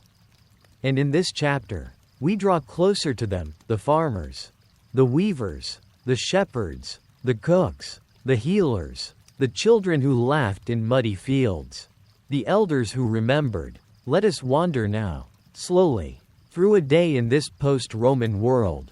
Not the world of kings and generals, but of thatched roofs and hearth fires, of worn tools handed down through generations. The sky above is the same pale blue that once watched over the Roman Empire. But the sounds are different now. The clatter of hooves is replaced by the gentle thrum of spinning wheels and the rustle of wind through grain. You wake, perhaps, in a timbered house at the edge of a field. The walls are daubed with mud and straw, the roof thick with thatch. Light filters in through a small opening, casting soft amber across the sleeping forms beside you, your family, your kin. There are no clocks, no alarms. The rhythm of life here is governed by the sun, by the seasons, and by the unspoken agreements between people and land. Outside, the world stirs to life. Chickens scratch in the dirt. The scent of ash and fresh bread mixes with the earthy air. Across the field, a neighbor leads his oxen to plow, a pair of animals whose slow, plodding work carves open the earth, readying it for barley or emmer. Farming tools remain simple, wooden plows bound with iron, woven baskets, flint-bladed sickles for the harvest. But they work, and what works survives. You see, the collapse of Rome did not erase knowledge overnight. Much endured, tucked into monasteries, etched into memory, practiced by hands that remembered. The great cities may have emptied, but their stones were repurposed. Roman aqueducts were studied. Baths, though rarely rebuilt, were spoken of. The art of growing cabbage, storing grain, fermenting ale. These didn't vanish. They became tradition. Language, too, bore the stamp of continuity. In the western countryside, people still spoke the British Celtic tongue, but Latin lingered in legal phrases and church liturgy, like faint echoes in a forest. Over time, these mingled, creating the blend of dialects that would eventually give rise to new languages: Welsh, Cornish, Breton, and more. As you walk through the village, you might see a weaver at her loom, the upright kind once used in Roman Britain. Now standing in the open air, her fingers move with unthinking grace, passing the shuttle through threads of wool dyed with lichen and bark. Nearby, another woman spins thread with a drop spindle, her motions slow and rhythmic, like the ticking of a quiet clock that knows no rush. Everything here is made by hand.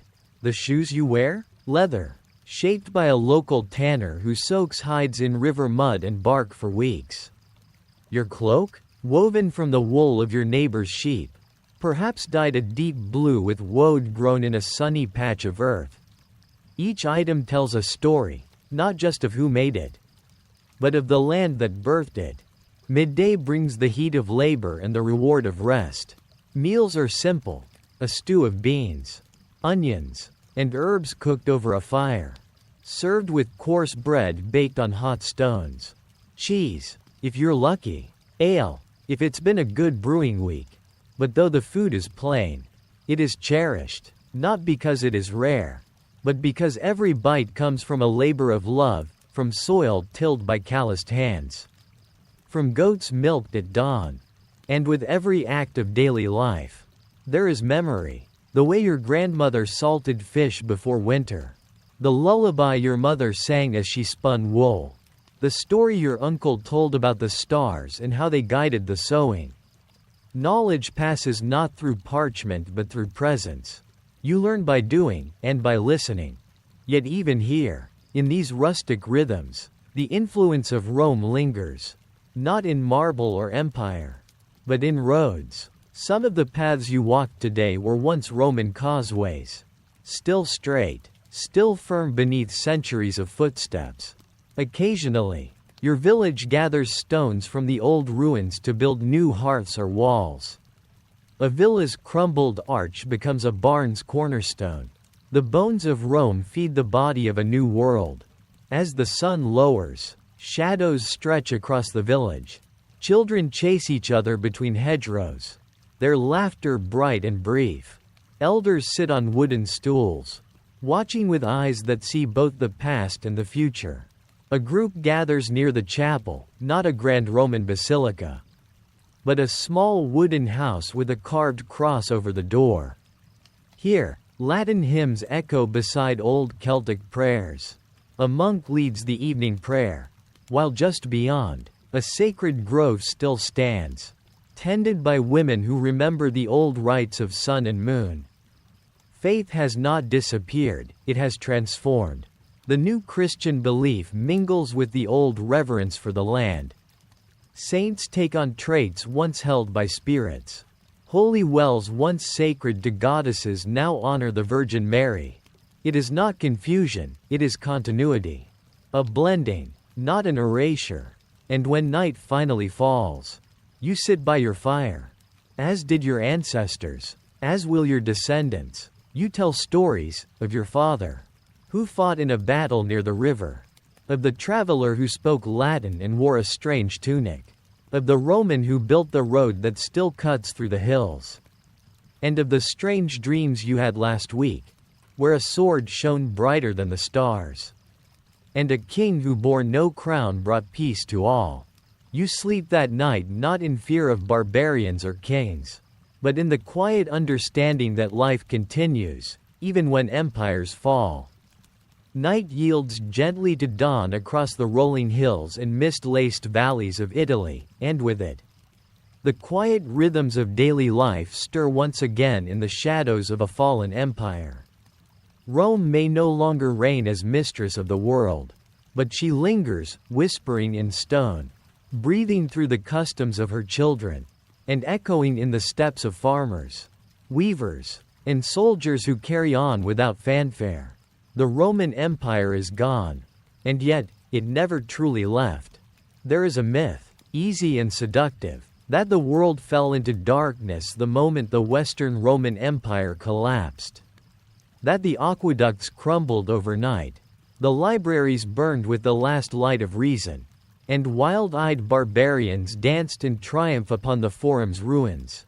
But that myth is, like so many, a simplification. The truth, quieter, more human, is that Rome faded like a long, slow sunset, and in that fading light, men and women continued to live, to labor, and to love. In the countryside, life beats to a familiar rhythm.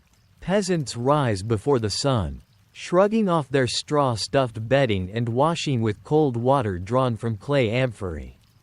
In the stone cottages nestled near overgrown roads once walked by legionaries, children chase chickens and sheepdogs bark at the morning dew. The fields still yield grain. The plow still cuts the earth.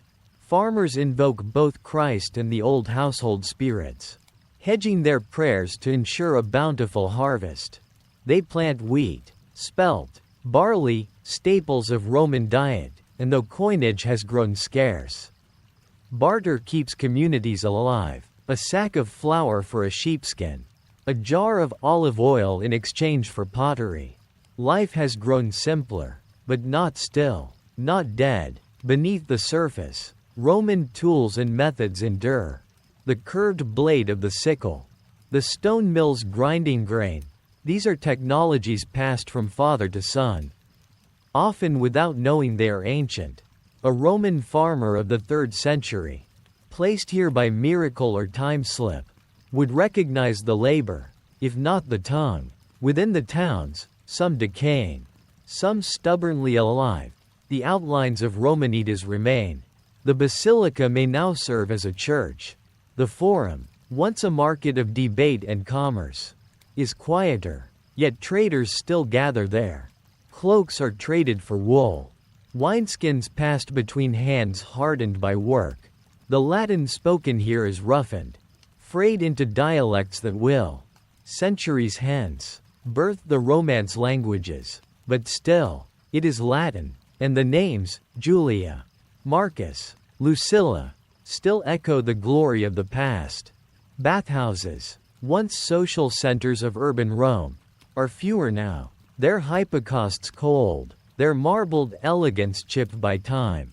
But in some towns, the baths still operate. A merchant town along the Adriatic still draws warm water through old clay pipes, maintained by craftsmen who may not know how the system was first built, but know how to keep it breathing. We tap the earth, one of them might say, as our fathers did before us. And in homes, from crumbling villas to timber cottages, life moves with quiet purpose. Women spin wool with drop spindles, just as Roman matrons once did. Looms creak rhythmically in shaded corners. Children help grind flour with heavy stones, their giggles mixing with the steady scrape of labor. At dusk, families gather around hearths, the firelight reflecting in eyes that carry old stories. Some are tales of saints and miracles. Others are older still, of fauns, nymphs, and gods who have not yet been entirely forgotten. Religion, too, has changed and yet remains familiar. Christianity has taken root, deeper now in some soils than others. In cities, bishops reside in houses that once belonged to senators. They speak with the authority of both faith and education, maintaining scriptoria where monks copy texts by dim lamplight, scriptures. Yes, but also fragments of Virgil, Pliny, and Cicero. In these monasteries, the flame of Roman learning flickers but does not go out. Literacy is rare, precious, a privilege, a responsibility, and for those entrusted with it, writing is not just preservation, but prayer. In the rural heartlands, old rites linger. Springs once sacred to nymphs are now dedicated to saints. Offerings are still left, flowers, herbs, coins, though the names whispered over them have changed. Where once a supplicant might have invoked Fortuna, now they murmur Ave Maria. But the need is the same, to be seen, to be heard, to be healed. The seasons dictate more than the calendar. They shape lives. Spring brings lambing and hope. Summer, labor and heat. Autumn, harvest and preparation. Winter, a time for stories. It is then, when winds howl outside shuttered homes and snow powders the crumbling roads, that the storytellers find their voice. Around fires, elders speak of Rome, not as distant history, but as memory. One tale begins. I remember when the eagles flew over Ravenna.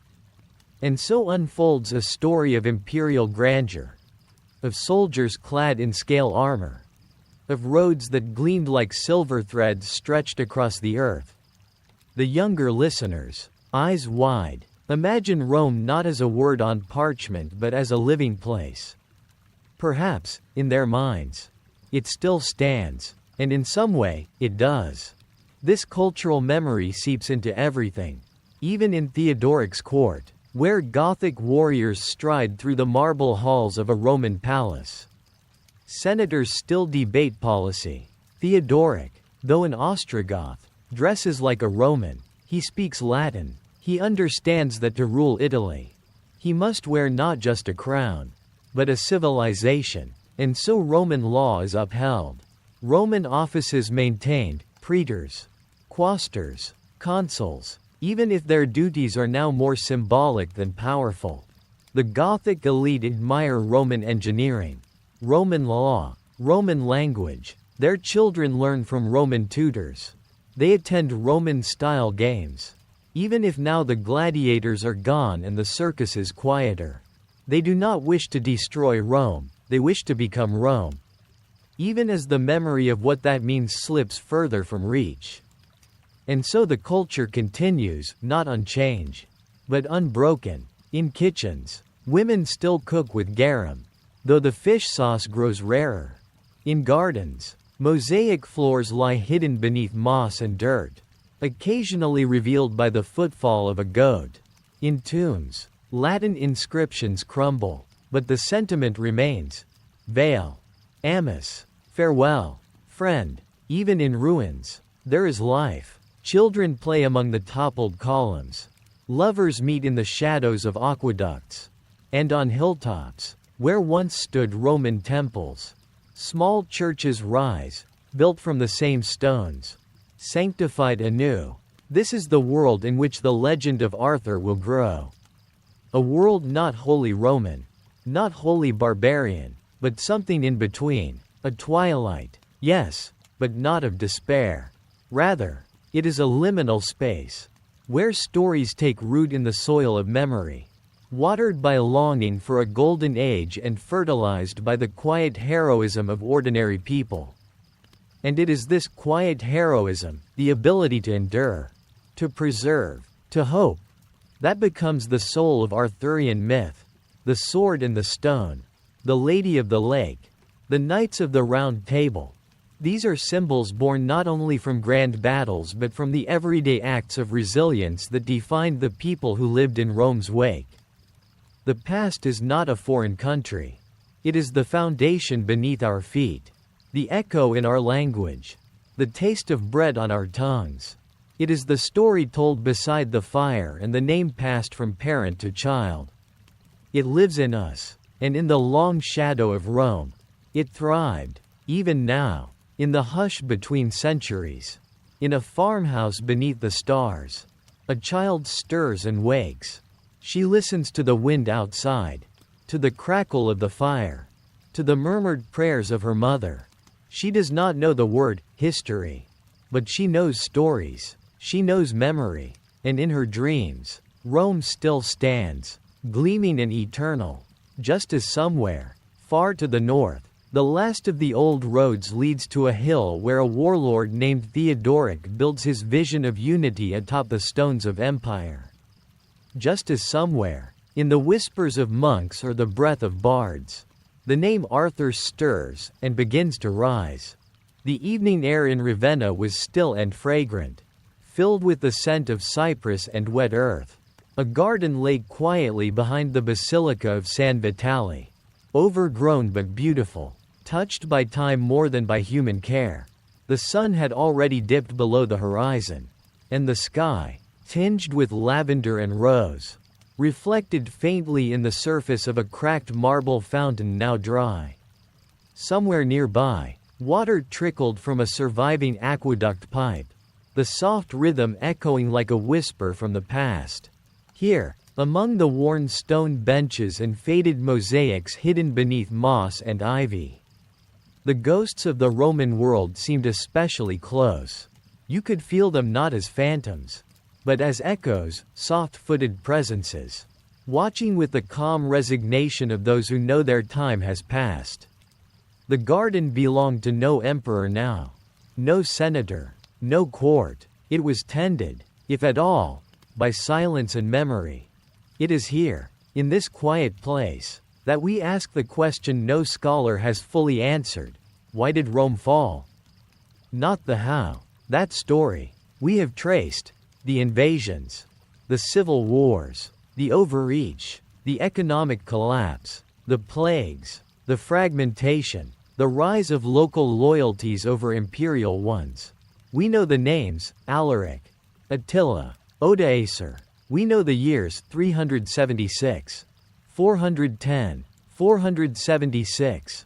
But why? Why did a world that built aqueducts and amphitheaters, roads that outlasted the empires themselves, laws that still whisper through courtrooms 1,000 years later, why did it fall into silence? Here, in the soft grass of Ravenna, where Theodoric would later build his tomb and try, for a time, to preserve the fading grandeur, we ask, not with the cold dissection of a historian, but with the tender curiosity of a dreamer: what were the final thoughts of those who loved Rome as it slipped away? You can almost imagine one such man, an old senator. Perhaps he might sit right there, where the ivy curls over a shattered mosaic of dolphins.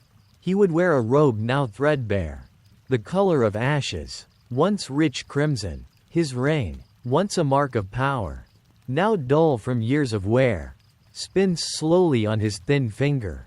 In his lap, a scroll he cannot bring himself to read. The letter is from his son, A commander in some frontier post now cut off by Saxon raids or the treachery of an unloyal general. The senator sighs. He remembers Rome, not as the city of Caesars, but as a mother.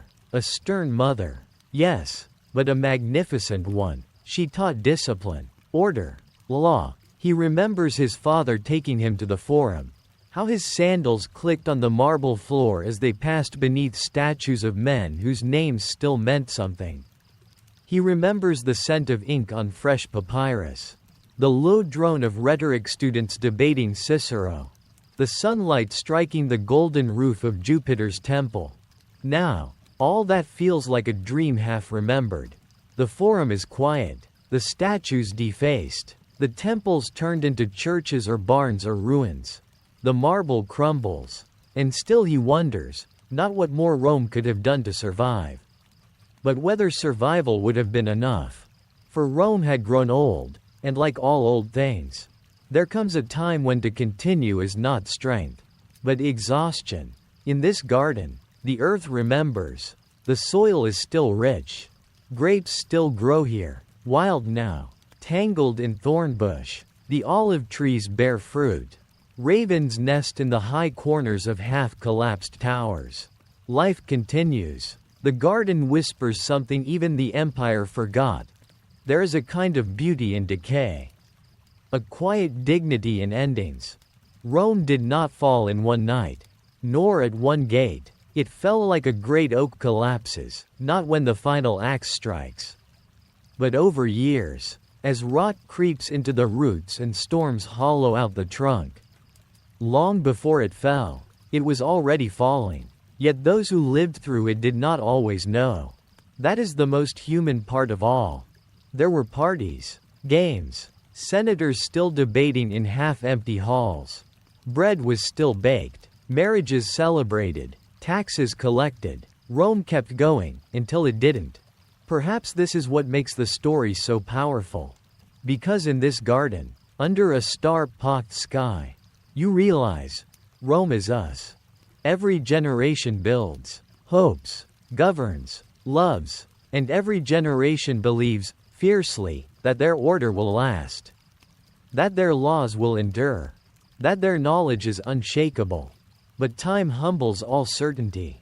Empires become overgrown gardens. Statues fall, but songs remain. Here, where the stones remember, we begin to understand. Rome did not fall because it was weak. It fell because it was human. And that, somehow, makes its legacy not less, but more. The garden's silence is interrupted only by the rustling of leaves. Like whispered memories in a forgotten tongue. Ravenna, once the seat of emperors in the West, now lies caught between past and present, its mosaics still glitter in sacred halls. But its streets no longer echo with the tread of Roman legions. You rise from the stone bench and wander slowly through the overgrowth. Past statues so weathered their features are nearly gone. Yet somehow, the gesture of a hand, the tilt of a head, still suggests the grace of the world they once adorned. It is here that the fall of Rome becomes something more than a date in a textbook. It becomes personal, because this chapter of history was not written only by emperors or generals. It was lived by weavers and winemakers, potters and poets, mothers and midwives, by teachers watching their schools empty, by veterans returning to villages that no longer paid tribute, by children born under one flag who came of age under another. Their voices do not echo from marble halls. They survive in shards of pottery, in graffiti scrawled in fading Latin, in the faint outline of sandals worn thin walking roads that once connected a continent. They endure in songs adapted from old Roman hymns, now sung to saints instead of gods. In a corner of the garden, you see a cluster of wildflowers blooming through broken tiles. No one planted them, they simply took root, found light in the cracks, and rose. They are not what once was, but they are what is. And perhaps that is the answer. Rome did not vanish. It transformed. It melted into the soil and grew again in new forms, in the prayers of monks transcribing Virgil by candlelight, in the codes of law compiled in Constantinople, in the rhythm of Gregorian chants that replaced imperial decrees, in the Gothic and Frankish and Byzantine kingdoms that, whether they admitted it or not, owed something to Rome, even in the Arthurian tales, born centuries later in mist-covered Britain. One can hear the distant echo of the Roman ideal, the sword for justice, the council of equals, the belief that a ruler serves not by right but by responsibility. Yes, the fall was real. Roads decayed, trade routes broke, libraries burned, but in the collapse, something new stirred, like fire clearing a forest for new growth. You sit again, eyes closed, and imagine the thoughts of those who watched it happen. An old librarian, once keeper of scrolls, now hides a single manuscript beneath the floorboards of a crumbling villa, praying it will be found by someone who still knows how to read. A young mother in Gaul tells her child not of Jupiter or Juno, but of a Christ who suffered, and in suffering, conquered death. A blacksmith reforges a broken Roman blade into something simpler, shorter, a tool, not a weapon. The transformation was not clean. It was not kind, but it was alive. And that is the truest measure of a civilization, not its monuments, but its adaptability, not how loudly it proclaims its greatness, but how gently it teaches future generations to carry something forward. Rome taught law, yes, but also patience. It taught administration, but also endurance. And most of all, it taught story, because even after the marble cracked and the banners fell, the story of Rome endured, carried by poets and priests, by dreamers and generals, by scholars and schoolboys. You open your eyes. The stars above Ravenna shine with quiet indifference. The constellations have not changed since the time of Caesar, and they remind you that history is a cycle, not a straight line. That what rises may fall, and what falls may yet rise again. In this garden, Rome still breathes, not in power but in memory, not in conquest but in culture, not in glory but in the quiet resilience of those who remember. You walk back toward the city, guided by torchlight flickering in the breeze. Somewhere nearby, a priest chants a Latin prayer. Further down the street, two children play in the dust, their laughter the same as it was 2,000 years ago. This is why Rome never truly fell. Because its heartbeat survives, not in stone or sword, but in spirit. And you carry it with you now, like a spark, across centuries, through stories, into dreams. The wind rolls softly across the plains of the Danube, brushing through the tall grasses like a whisper from another time. The sun, low in the western sky, bathes the earth in amber light, casting long shadows over hills that have borne witness to the march of tribes, the flight of emperors, and the murmured prayers of forgotten peoples. These lands, wild, shifting, and uncertain, once marked the edge of empire. But as Rome's reach faded and the imperial legions vanished from its frontiers, new stories took root here. Stories of resilience, transformation, and survival. By the late 5th century, the Roman Empire in the West had not only fallen, it had disintegrated. The imperial system that had once dictated trade, justice, infrastructure, and identity across vast distances was no longer the unifying force it had been. What remained was a fragmented landscape, territories now ruled not by Roman governors but by former enemies, the so-called barbarians. And yet, to call them simply barbarians is to miss the subtle, profound truth of the time. Because in truth, these groups, the Goths, the Franks, the Burgundians, the Vandals, and others, were not merely destroyers. They were also adapters, absorbers, and, in many cases, protectors of the very Roman order they had once challenged. They had crossed borders not only with swords, but with families, traditions, ambitions, and, crucially, with a desire for legitimacy. Let us return to the years following Odoacer's rise in Italy, years when the empire's symbols still lingered. Even as power shifted into new hands, Odoacer himself, though a man of Germanic background and no imperial title, had ruled as a kind of hybrid, barbarian king and Roman patrician, holding authority in the name of the distant Eastern Emperor Zeno. His regime, while not perfect, did not seek to raise Rome's legacy, but to operate within it, and he was not alone in this. Across Gaul, Hispania, Africa, and the Balkans, other rulers were carving out post-Roman kingdoms. These were not mere warbands squatting in Roman villas. They were political entities, often adopting Latin for administration, Roman law for legitimacy, and Christian bishops as allies in both governance and identity. In this way, the former outsiders were becoming insiders, navigating a landscape in which Romanitas, the quality of being Roman, still held immense power. Even if the empire itself was gone. In Gaul, the Franks under Clovis were rising, brilliantly and ruthlessly.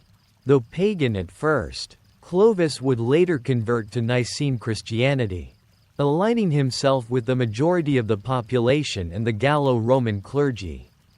It was a move both spiritual and strategic, granting him moral authority and unifying his subjects across ethnic lines. His Merovingian dynasty would become one of the most enduring post-Roman powers in Western Europe. To the south, the Visigoths had established their capital at Toulouse and later moved it to Toledo. Like the Ostrogoths in Italy, they wrestled with questions of dual identity. Their rulers were Arian Christians, a theological position increasingly seen as heretical by Nicene Christians in the Roman Church. Yet even amidst these religious divisions, the Visigothic kings issued Roman-style law codes and maintained civic institutions. Understanding that legitimacy often depended on continuity rather than rupture. Farther east, in the Balkans and Pannonia, the remnants of Rome clung more tenuously to life. The Huns had come and gone, leaving fractured regions in their wake. In their absence, new powers, Slavs, Avars, Lombards, began their slow advance into the lands once defended by the Danube legions. These groups, too, would eventually form polities that both disrupted and transformed Roman tradition. But perhaps the most fascinating example of adaptation came from the Ostrogoths themselves. Led by Theodoric, a man raised in Constantinople, fluent in Greek, trained in Roman politics and warfare, the Ostrogoths would become the inheritors of Roman Italy. Not merely through conquest, but through Theodoric's singular vision. For though he came to Italy at the head of a Gothic army, Theodoric saw himself not just as a Gothic king, but as a Roman ruler in the fullest sense. He wore purple, issued edicts in Latin, and governed from Ravenna with senators at his side and mosaics of imperial grandeur overhead. This, then, is the paradox of the so-called barbarian kingdoms. They were simultaneously the end of Rome and its salvation. Where the Western imperial administration had collapsed, these new rulers preserved key aspects of Roman governance, sometimes more effectively than the late emperors had. They collected taxes, maintained roads, kept law courts functioning. They struck coins bearing imperial titles. In many cities, life went on, not unchanged, but not destroyed either. And yet, even as they borrowed Roman forms, these rulers also reshaped the societies they governed. Their followers, Gothic, Frankish, Burgundian, Vandal, spoke different languages, kept different customs, had different ideas of kingship and honor. Over time, the fusion of these elements, Roman and Germanic, gave rise to entirely new cultures. This fusion can be seen not only in the halls of power, but in the quiet rhythms of everyday life. In dress, where Roman tunics blended with northern cloaks and brooches. In law, where Roman jurisprudence was interpreted through tribal customs. In religion, where churches bore inscriptions in Latin but echoed with accents from distant forests and rivers. Consider the Lombards, who would come later, sweeping into Italy in the 6th century. Though initially seen as cruder than the Goths, they too would settle, marry, build, and rule. By the 8th century, their kings would support monasteries, issue law codes, and claim descent from both Roman senators and heroic chieftains of the north.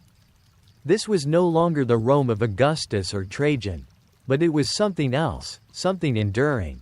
To understand this world is to understand that history rarely moves in straight lines. Empires do not vanish in a day. Civilizations are not erased by single invasions. Instead, they dissolve, adapt, and recombine. They pass through hands, through hearts, through stories, and in that movement, they find new life. By the late 5th and early 6th centuries, Western Europe was a mosaic. Some regions still spoke Latin. Others began to shift toward early Romance languages. Some lands clung to Roman law. Others followed the codes of Gothic kings. In many places, bishops replaced governors, and monasteries became the new centers of learning and memory. It was a world in transition, fragmented, uncertain, but also fertile with possibility. This was the soil in which the seeds of medieval Europe would take root. And through it all, the idea of Rome, its values, its authority, its grandeur, never fully died. It lived on in the dreams of rulers like Theodoric, who saw himself as a successor to Caesar, even as he rode in Gothic armor. It lived on in the churches that bore Roman columns but now echoed with Germanic songs. It lived on in the law codes that blended Roman clarity with tribal customs. It lived on in memory. In this in-between world, between empire and kingdom, between Rome and Christendom, the stories of Arthur and his knights would later emerge. They would not be stories of literal fact, but of deep truth, truths born of this era's struggle to reconcile old glories with new realities. Truths about leadership, unity, and identity. In that sense, the Arthurian legends are not just fairy tales. They are cultural echoes of this time of transition, a time when barbarian kings became Roman rulers, when conquerors became protectors, when collapse gave way to transformation. So let us walk through these twilight years not with judgment, but with wonder. For in the fading light of empire, something else was beginning to rise, not a replica of what had been, but a new world, rough-hewn and radiant, built on the foundations of the old.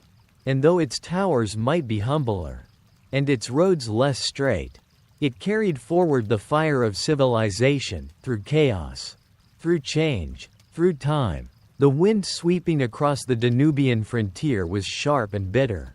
Even in the early spring, to the north, beyond the river's bend and deep into the steppes, rose a storm of hooves and steel, a force unlike any Rome had ever faced. They were not a kingdom in the conventional sense, not builders of cities or writers of laws. They moved with their wagons, lived with their flocks, and fought with a ferocity that turned the most hardened Roman legions to trembling. They were the Huns. In the fading light of the Western Empire's might, the rise of the Huns did not simply mark the arrival of another barbarian horde. It was the thunderous shattering of the fragile structure that held Rome together, militarily, politically, and psychologically. To understand the collapse of the Western Roman army is to walk in the long shadow of the Huns, and to see how their fury forced Rome's last defenders to the brink of ruin. The gathering storm. For decades, the Roman frontiers had been breached by smaller migratory groups, tribes displaced by hunger, pressure, and the cold logic of survival. But the Huns were different. Swift and merciless, They struck without warning. They moved in ghostly silence until the first fires lit the skyline. Their tactics, light cavalry archers in constant motion, feigned retreats, encirclements, were alien to Roman doctrine, honed on more predictable foes. By the time of Attila, the Huns had become more than a raiding threat. They were a geopolitical force, playing emperors against one another, exacting tribute, demanding gold. The Eastern Empire bought its safety through enormous payments, the Western Empire, lacking both treasury and manpower, could offer only appeasement and prayers. In truth, the arrival of the Huns did not begin the collapse of the Western Roman army. But it was the final blade that cut the tendons. Rome's military had already been rotting from within for decades. The legions that once marched beneath the eagle standard across the known world were now a patchwork of mercenaries, foederati, and remnants. Discipline had eroded, loyalty had frayed, and worse still, Rome no longer made Romans. The army that forgot how to be Roman. The heart of the crisis was recruitment. Roman citizenship no longer carried the allure it once had, and native Italians, Spaniards, and Gauls increasingly shunned military service. The empire, facing internal rebellion and external pressure, turned to its former enemies, the Germanic tribes, for manpower. Goths, Alans, Franks, and Burgundians now filled the ranks of Rome's armies. At first, this was a pragmatic compromise. In exchange for land, the foederati would defend the borders. But as the Huns surged westward, these federated warriors began to realize their power. They were no longer clients. They were essential. In 451, the Western general Flavius Aetius, the last Roman to command an army worthy of the name, gathered an extraordinary coalition to halt Attila's advance. Romans, Visigoths, Franks, and even Huns opposed to Attila met the scourge of God on the plains of Chalon. The result was one of the bloodiest battles in ancient history. And though Attila was forced to retreat, the cost was devastating. Aetius had won a victory. But the fragile coalition he forged would not last.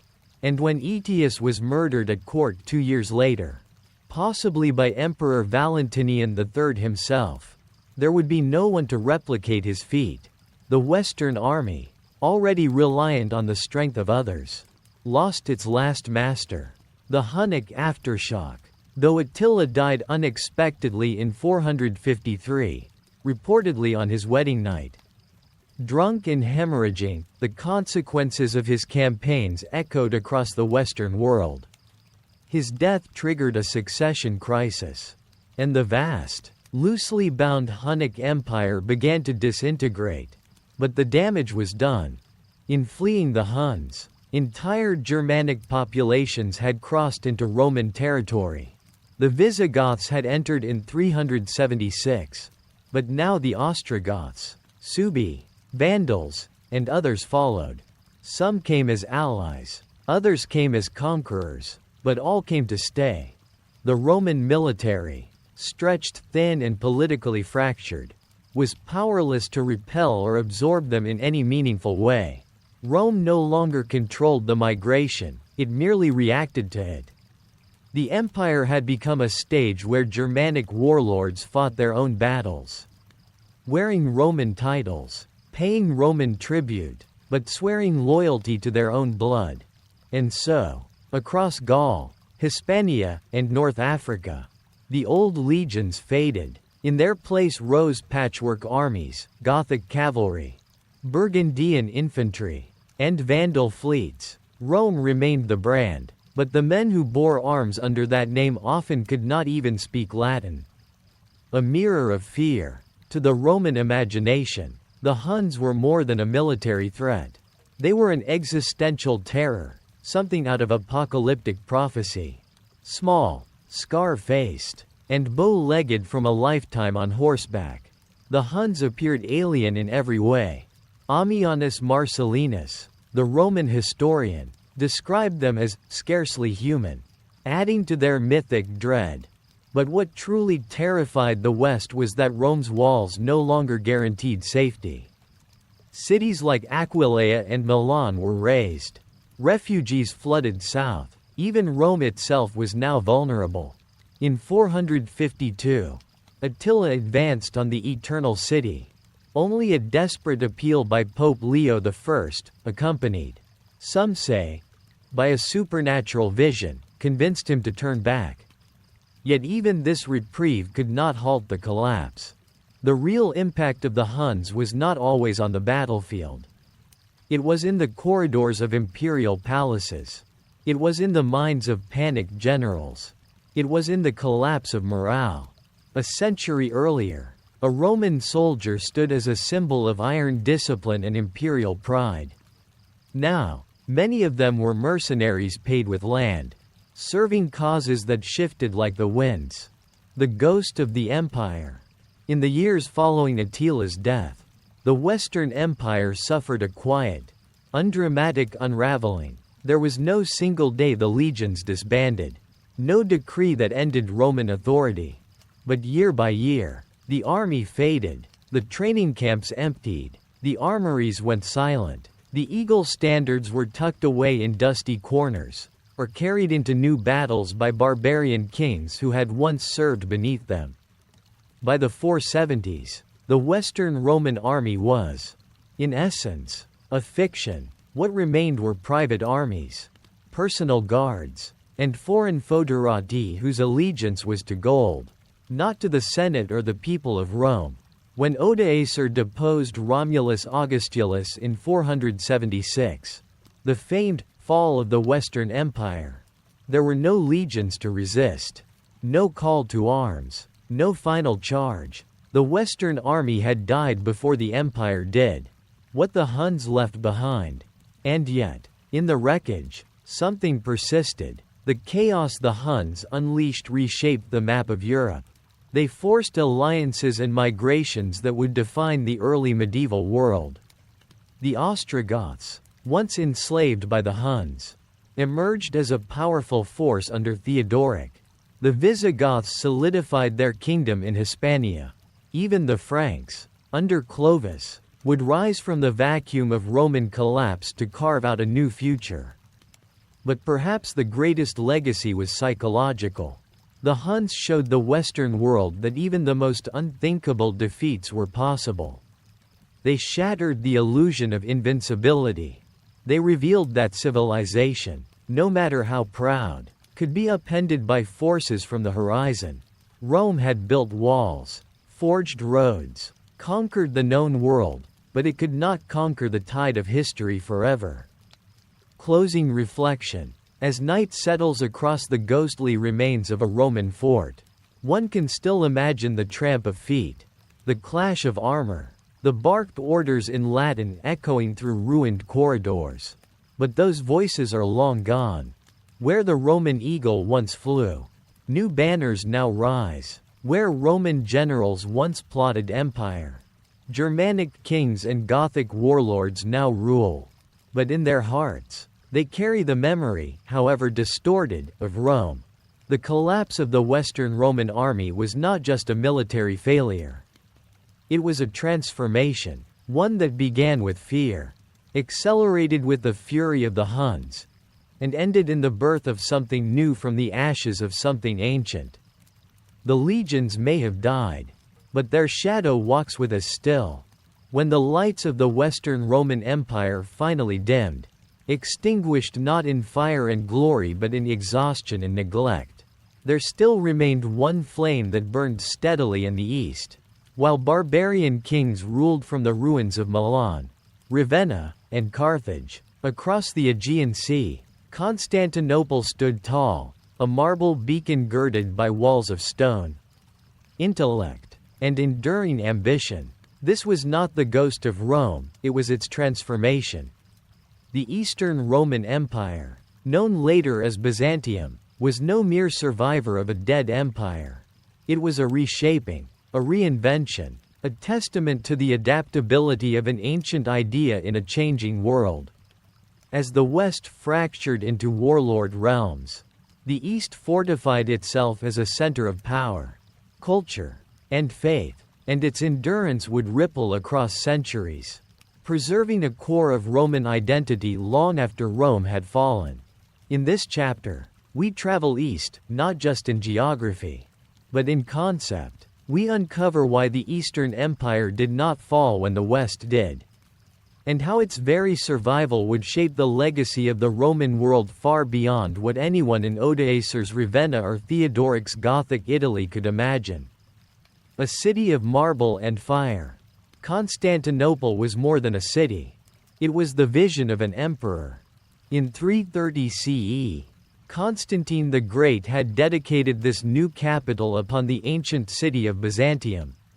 Straddling the narrow Bosporus between Europe and Asia, he dreamed of a Christian Rome, untouched by the decadence and decay he saw in the West. Its walls, later expanded under Theodosius II, would become the strongest fortifications in the ancient world. Triple-layered stone defenses, stretching for miles, repelled invaders for nearly 1,000 years. The Eastern Empire had several advantages the West did not: a wealthier tax base in Asia Minor and Egypt, a better urban infrastructure, and a more coherent military and administrative structure.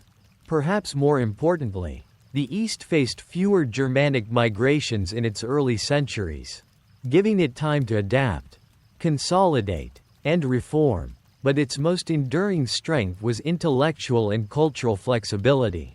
The East knew how to change to survive. Language, faith, and identity. The West clung to its fading Latin heritage even as it fractured.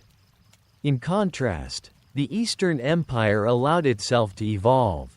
By the 6th century, Greek had replaced Latin as the dominant language in administration and thought.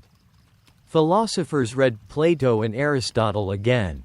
Historians like Procopius chronicled events in ways that echoed Thucydides more than Livy. The old Roman traditions were not rejected, they were absorbed into something new. Vibrant, and distinctly Eastern, religion was a central force in this transformation.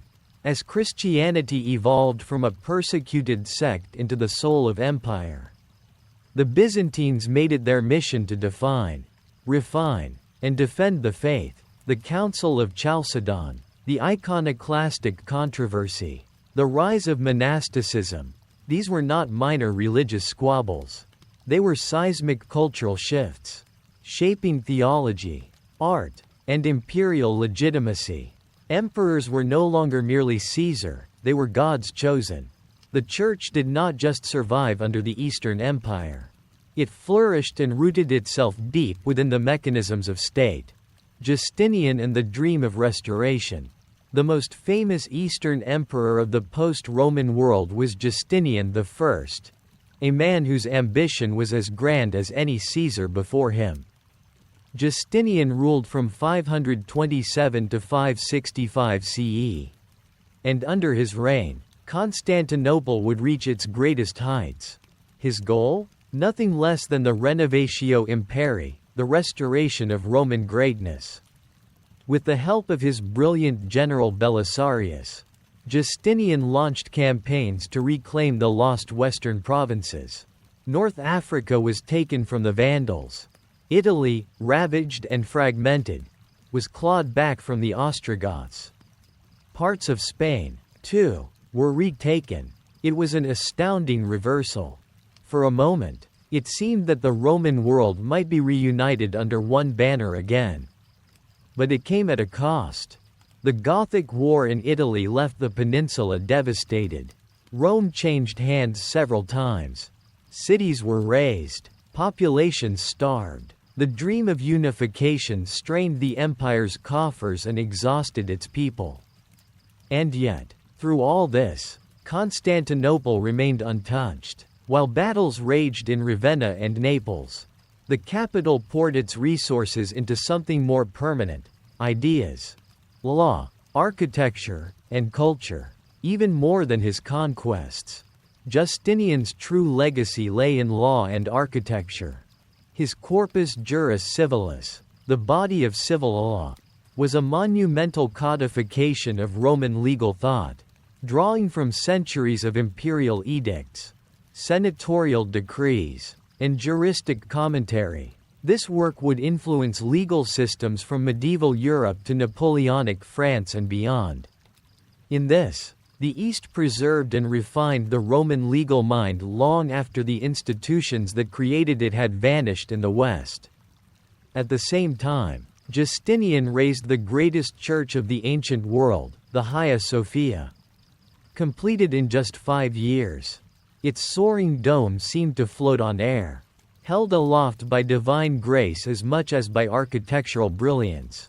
Even centuries later, when Ottoman sultans would pray beneath its mosaics, they would stand in awe of the Christian emperor's creation.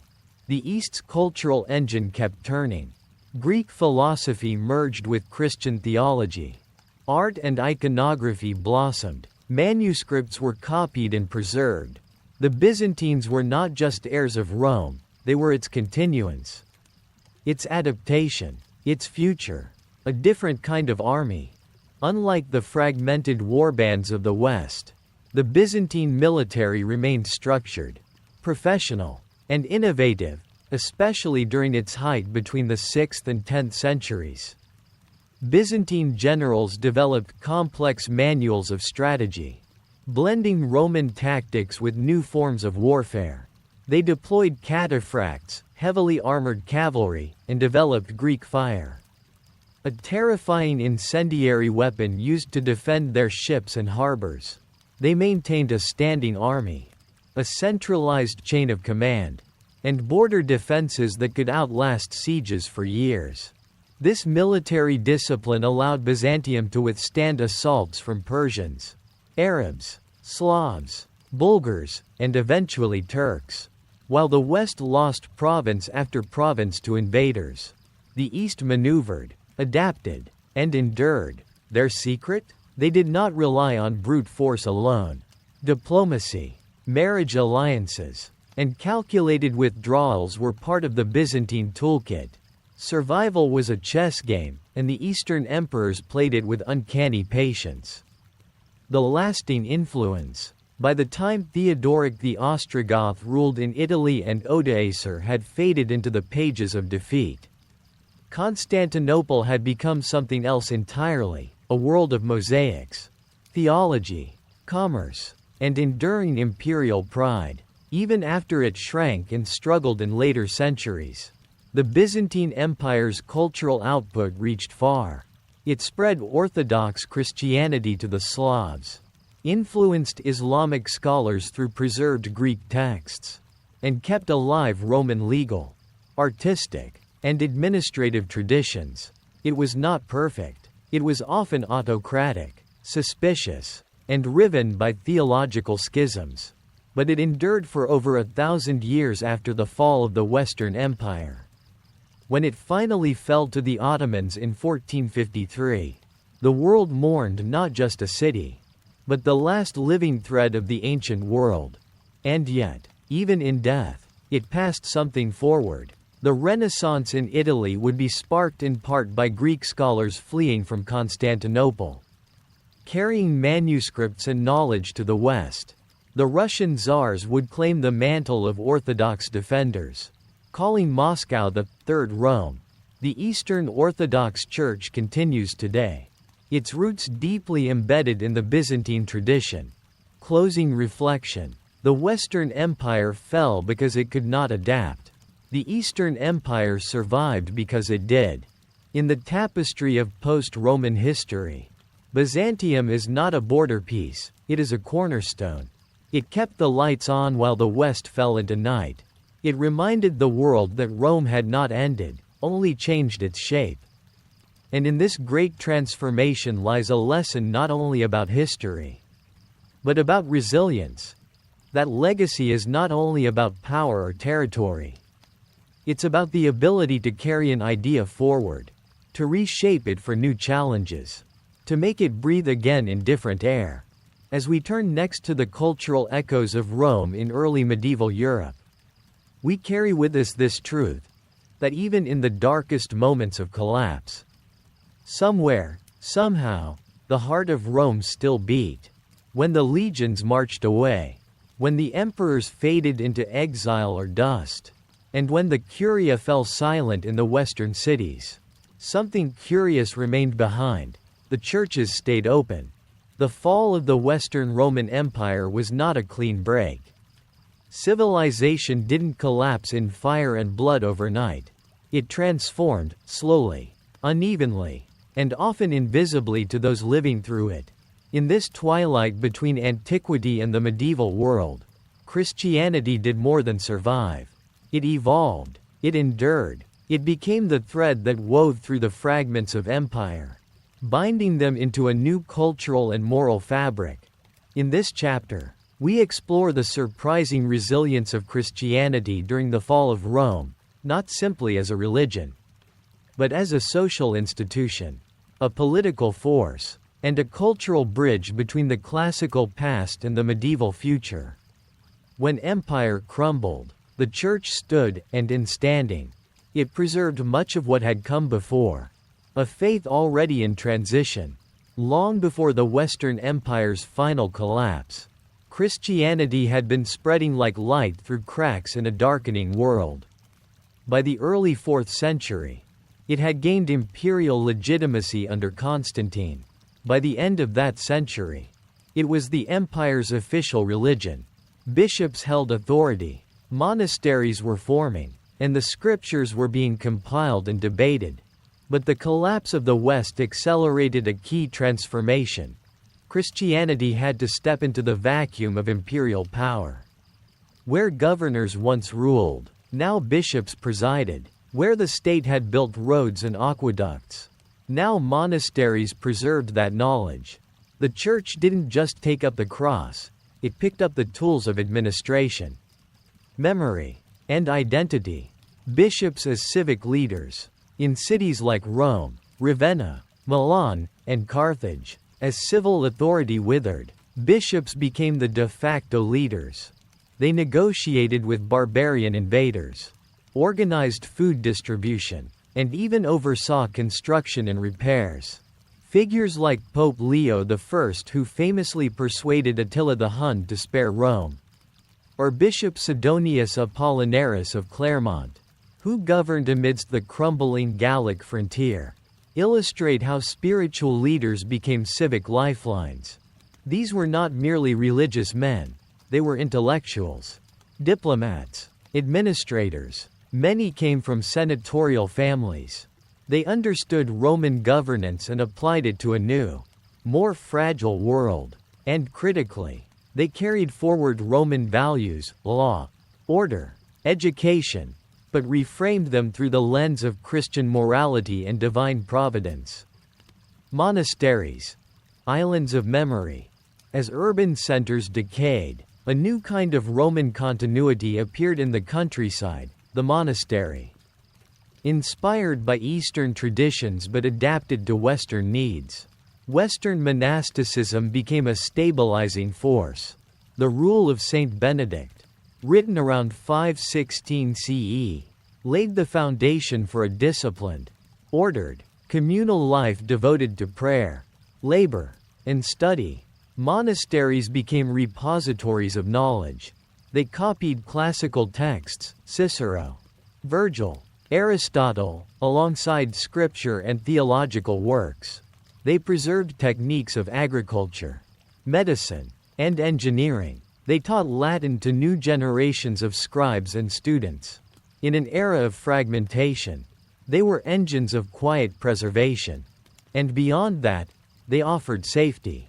As wars raged and cities fell, monasteries became sanctuaries, not only for the faithful but for refugees, orphans, and the displaced. The Christian impulse to serve the poor, to heal, to teach, these were not abstract ideals. In the monasteries, they became the practical spine of survival. Conversion and syncretism. One of Christianity's most enduring strengths was its adaptability. As new barbarian kingdoms took shape, Visigothic Spain, Frankish Gaul, Ostrogothic Italy, the Church negotiated space within these changing political orders. Some barbarian rulers were already Christian, though often in the form of Arianism. A sect declared heretical by the Nicene Creed. Others converted to Nicene Christianity over time, often influenced by political advantage, marriage alliances, or popular pressure. The most famous of these was Clovis, king of the Franks, who converted to Catholic Christianity around 496 CE. His baptism was not only a spiritual event, it was a turning point for the alliance between the Church and emerging Western powers. His conversion helped distinguish the Franks from other Aryan tribes and gave the Church a strong new partner. But these conversions were rarely clean. Pagan festivals were Christianized, ancient shrines were repurposed as churches. Saints took on roles once held by local deities. The fusion of Christian and local traditions was gradual, messy, and remarkably effective. Rather than erasing old identities, Christianity absorbed them. In doing so, it became more than Roman, it became universal. The rise of papal authority. With no emperor in the West, who would lead the Christian world?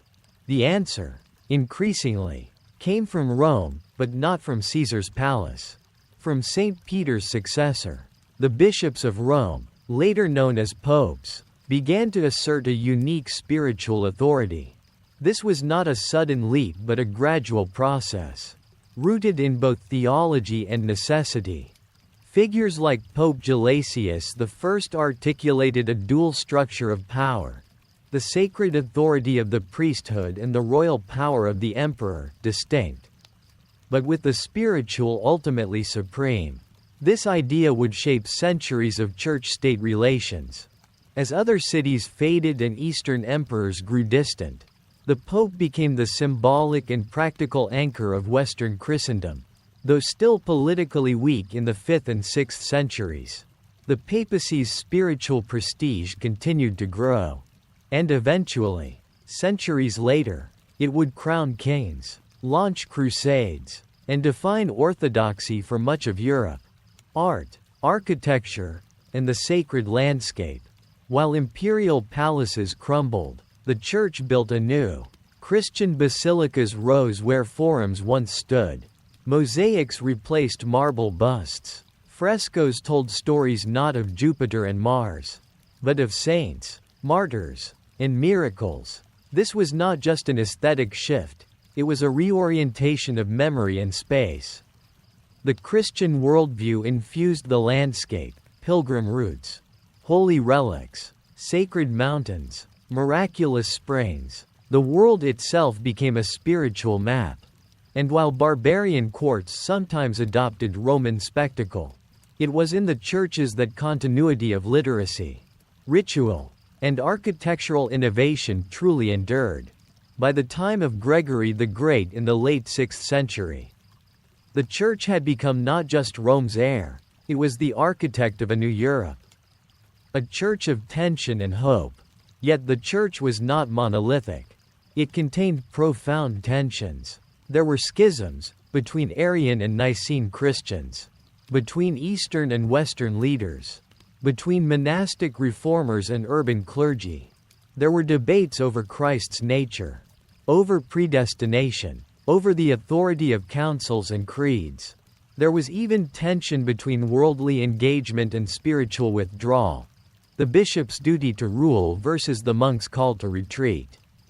And yet, through these tensions, the Church held together. It became the only institution with true pan-European reach, stretching from Ireland to Egypt, from Constantinople to Spain. It taught that history had a meaning, that Rome's fall was not the end, but part of a divine plan, that suffering could be redemptive, that justice could outlast injustice, and that knowledge, even in broken times, had value. In a world where emperors could not protect, the Church could still inspire. Closing reflection. A lamp in the dark. In many ways, Christianity was not merely the heir of Rome, it was its resurrection. Where Rome had ruled with laws and legions, the Church governed with memory, message, and meaning. It carried forward the language, ethics, and educational frameworks of the empire, but reframed them around a transcendent vision. And while its flaws were many, its intolerance of dissent, its alliances with power, its own internal contradictions, it offered something no collapsing state could: a story of hope. That beyond the ruins of empire, there could still be renewal. That faith could outlast fire. That the soul could build what the sword destroyed. As we look to the final chapters of Rome's legacy, we must understand this. The Church did not merely survive the fall of the Western Empire. It became the bridge by which Rome crossed into the medieval world.